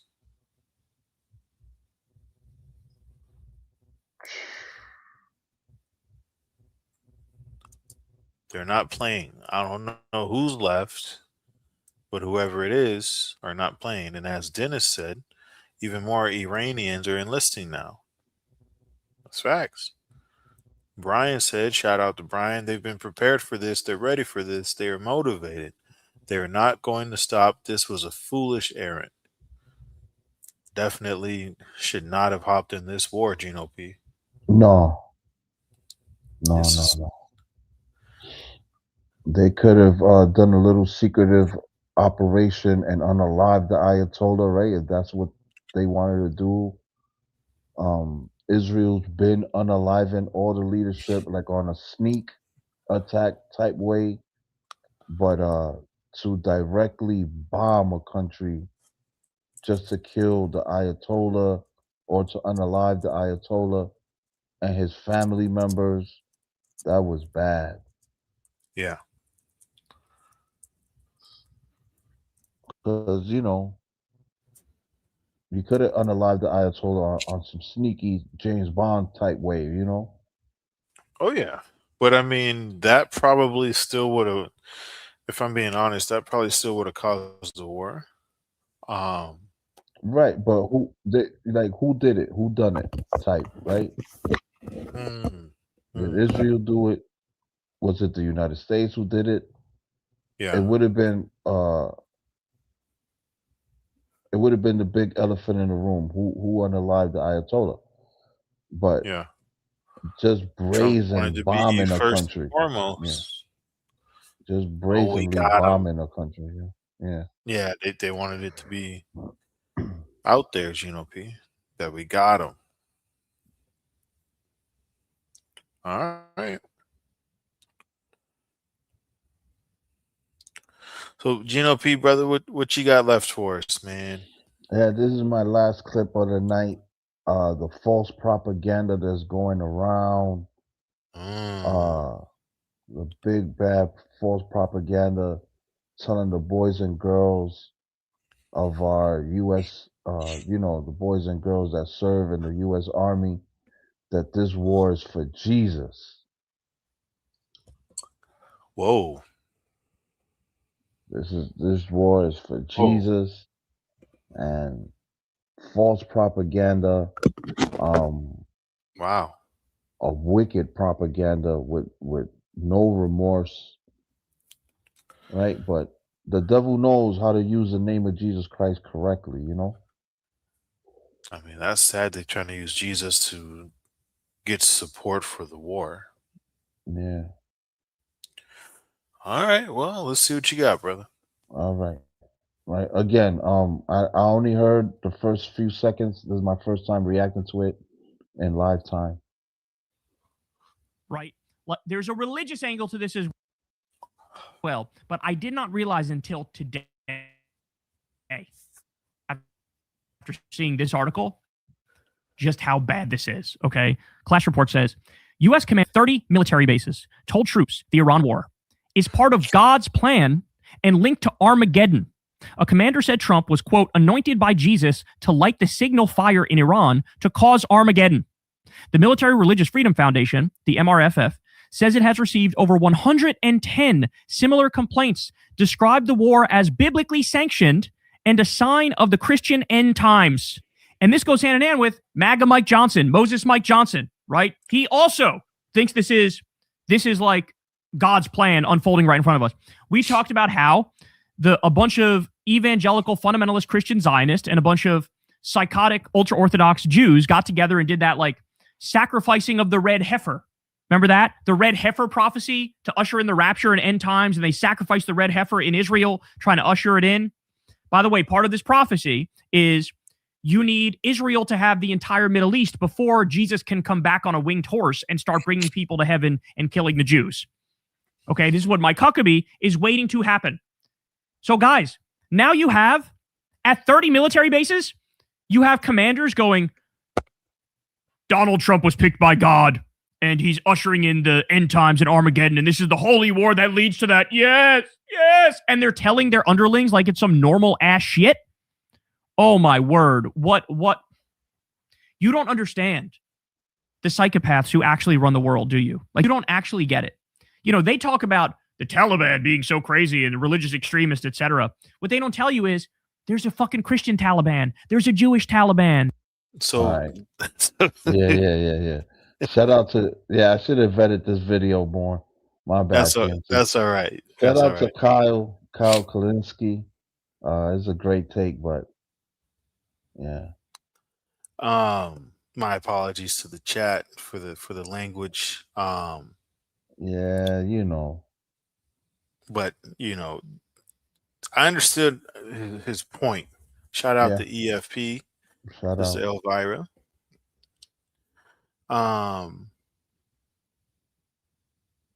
He's saying basically that they're like trying to use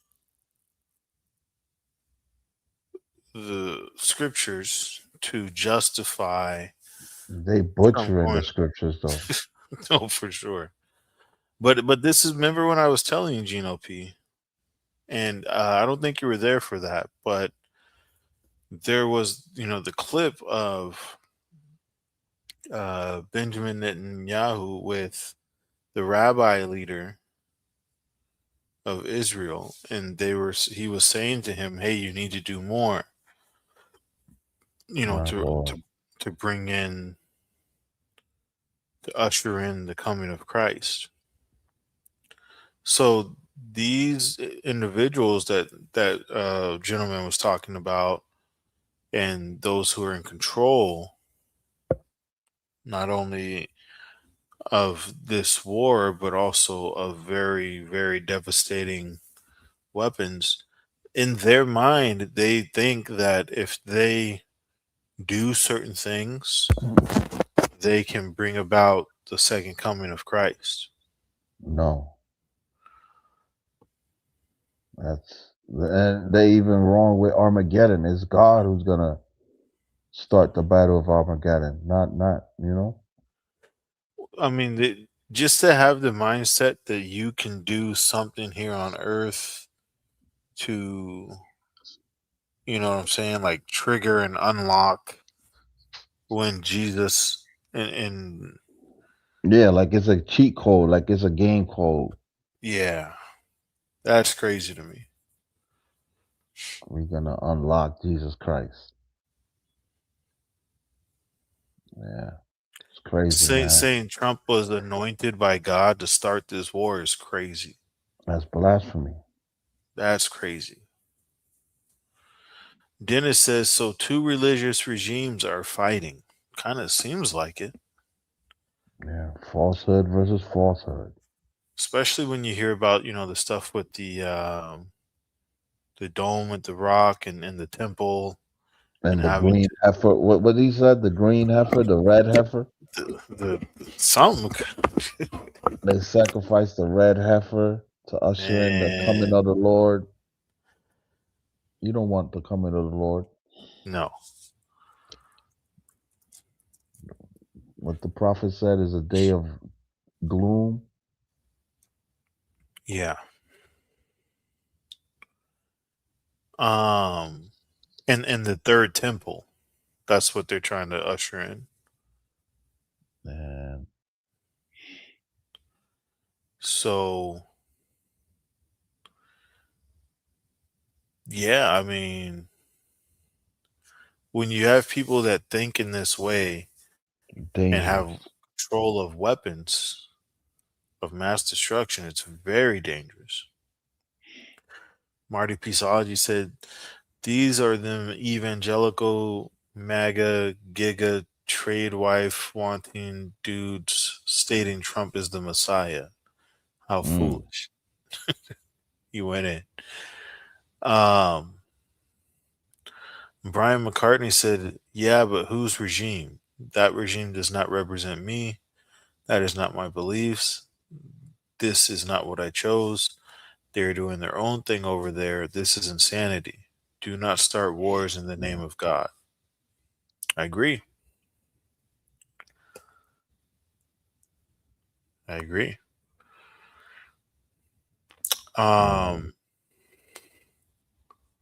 Yeah, that was crazy. Yeah. That clip was crazy. Sister Allison said, what if their God is survival? Well, what Brian is saying is, what the Jews that are in Israel, they don't believe that Jesus was the Messiah. So they're looking to usher in their own coming of the Messiah by doing Antichrist. war. Yeah, essentially. I mean, sheesh. And then Brian mentions they need to have someone unite their people, defeat their foes, and build the third temple on the Temple Mount. And so then the revelations will happen. So that's that third temple there I was referencing.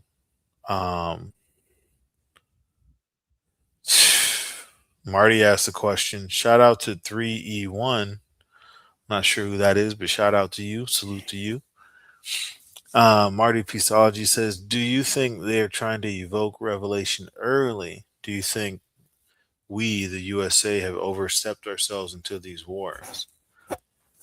Oof. Gino P, I'm going to toss that one to you. All I have to say is, yeah, some men want to fulfill scripture, bro. On the negative end. Well, I mean, that's the thing. They think that they're doing, the Lord's work. Yeah. Which They're is, doing that's the Lord's scary. work, yeah. Yeah. Over righteous, overzealous. Yeah. No, I agree with Gino P. I agree with Brian. Right? Misinterpreting scripture, misinterpreting prophecy. Facts. Well, I mean, they already started off wrong by not believing Jesus is the Messiah. So there's that. You're already off on the wrong foot there. Brian says, do you think God wanted us or put us in charge of starting revelations? Do you think that's for us to do? I think not. No, God I wants agree. us to be saved. Yeah, God wants us to be saved, and Starting to get kind of a different crowd here in the after hours, Gino P. oh yeah. No, but we knocking off. I ain't got no more clips. Yeah, that's a wrap. That's a wrap. Yeah, I came in I don't know late. what I could rewind it. Oh man, Gino P, any final thoughts for the people, my brother? I hope this war comes to a conclusion on April the 6th. Facts. I don't want no ground invasion. The Strait of Hormuz is a very treacherous causeway entering, right, and to enter their mission, which is Karg Island. So yeah, I hope peace in the Middle East, but you know, just stay prayed up. Stay prayed up, man. That's But facts. yeah, TNT, man, it was a good episode. I'm wild tired. It's 4 a.m. over here in New York. So, yeah, man, it was a good episode. Shout out to everyone who's been tuning in from the beginning, the ones that got it in the middle, and the ones that got it in the end. It was a great video with a lot of information and just bare facts. We didn't bring our opinion. No. I mean, I'm sorry. We did bring our opinion, but we brought just bare facts. I'm tired, TNT. I'm tired. I understand, my brother, and I appreciate you. Yeah, man. Sincerely, TNT. Till next time, man. Keep me in prayer. Pray for one another. Pray for the Apostle Gino Jennings and the ministers that labor alongside. Oh, 3E. That's I know who that is already. Okay. That's brother. Used to be Shashinsko. Oh, is that who that is? Okay. Yeah, Okay. yeah. All right, brothers. Peace. Peace, my brother. So, I mean, that's our beloved brother Gino P. We thank the Lord for him. Lots of wonderful clips, lots of wonderful information. Make sure you catch the replay. Sister EFP, I see you laughing over there. Shout out to 3. Look, 3, we knocking off, brother. You're gonna have to hit the replay button. But I will say this, you know, regardless of where this war goes and where it takes us, and whether or not it's ending soon or just getting started, one thing that we have to do is make sure that we get right with the Lord and stay right with the Lord. Because, I mean, this situation here, we don't know when it's going to end. We don't know how it's going to end. But we do know that we have a Lord and a Savior that cares for us. So we can cast all our cares upon Him. Until then, you know, I thank the Lord for each and every one of you in the chat. I pray that you all have a peaceful rest. That you wake up the next morning having a blessed day. Shout out to Raymond Collins. God bless you, brother. And, you know, continue to seek the truth in all things. Because as we know, the truth will set us free. Until next time, brothers and sisters, peace be and God bless.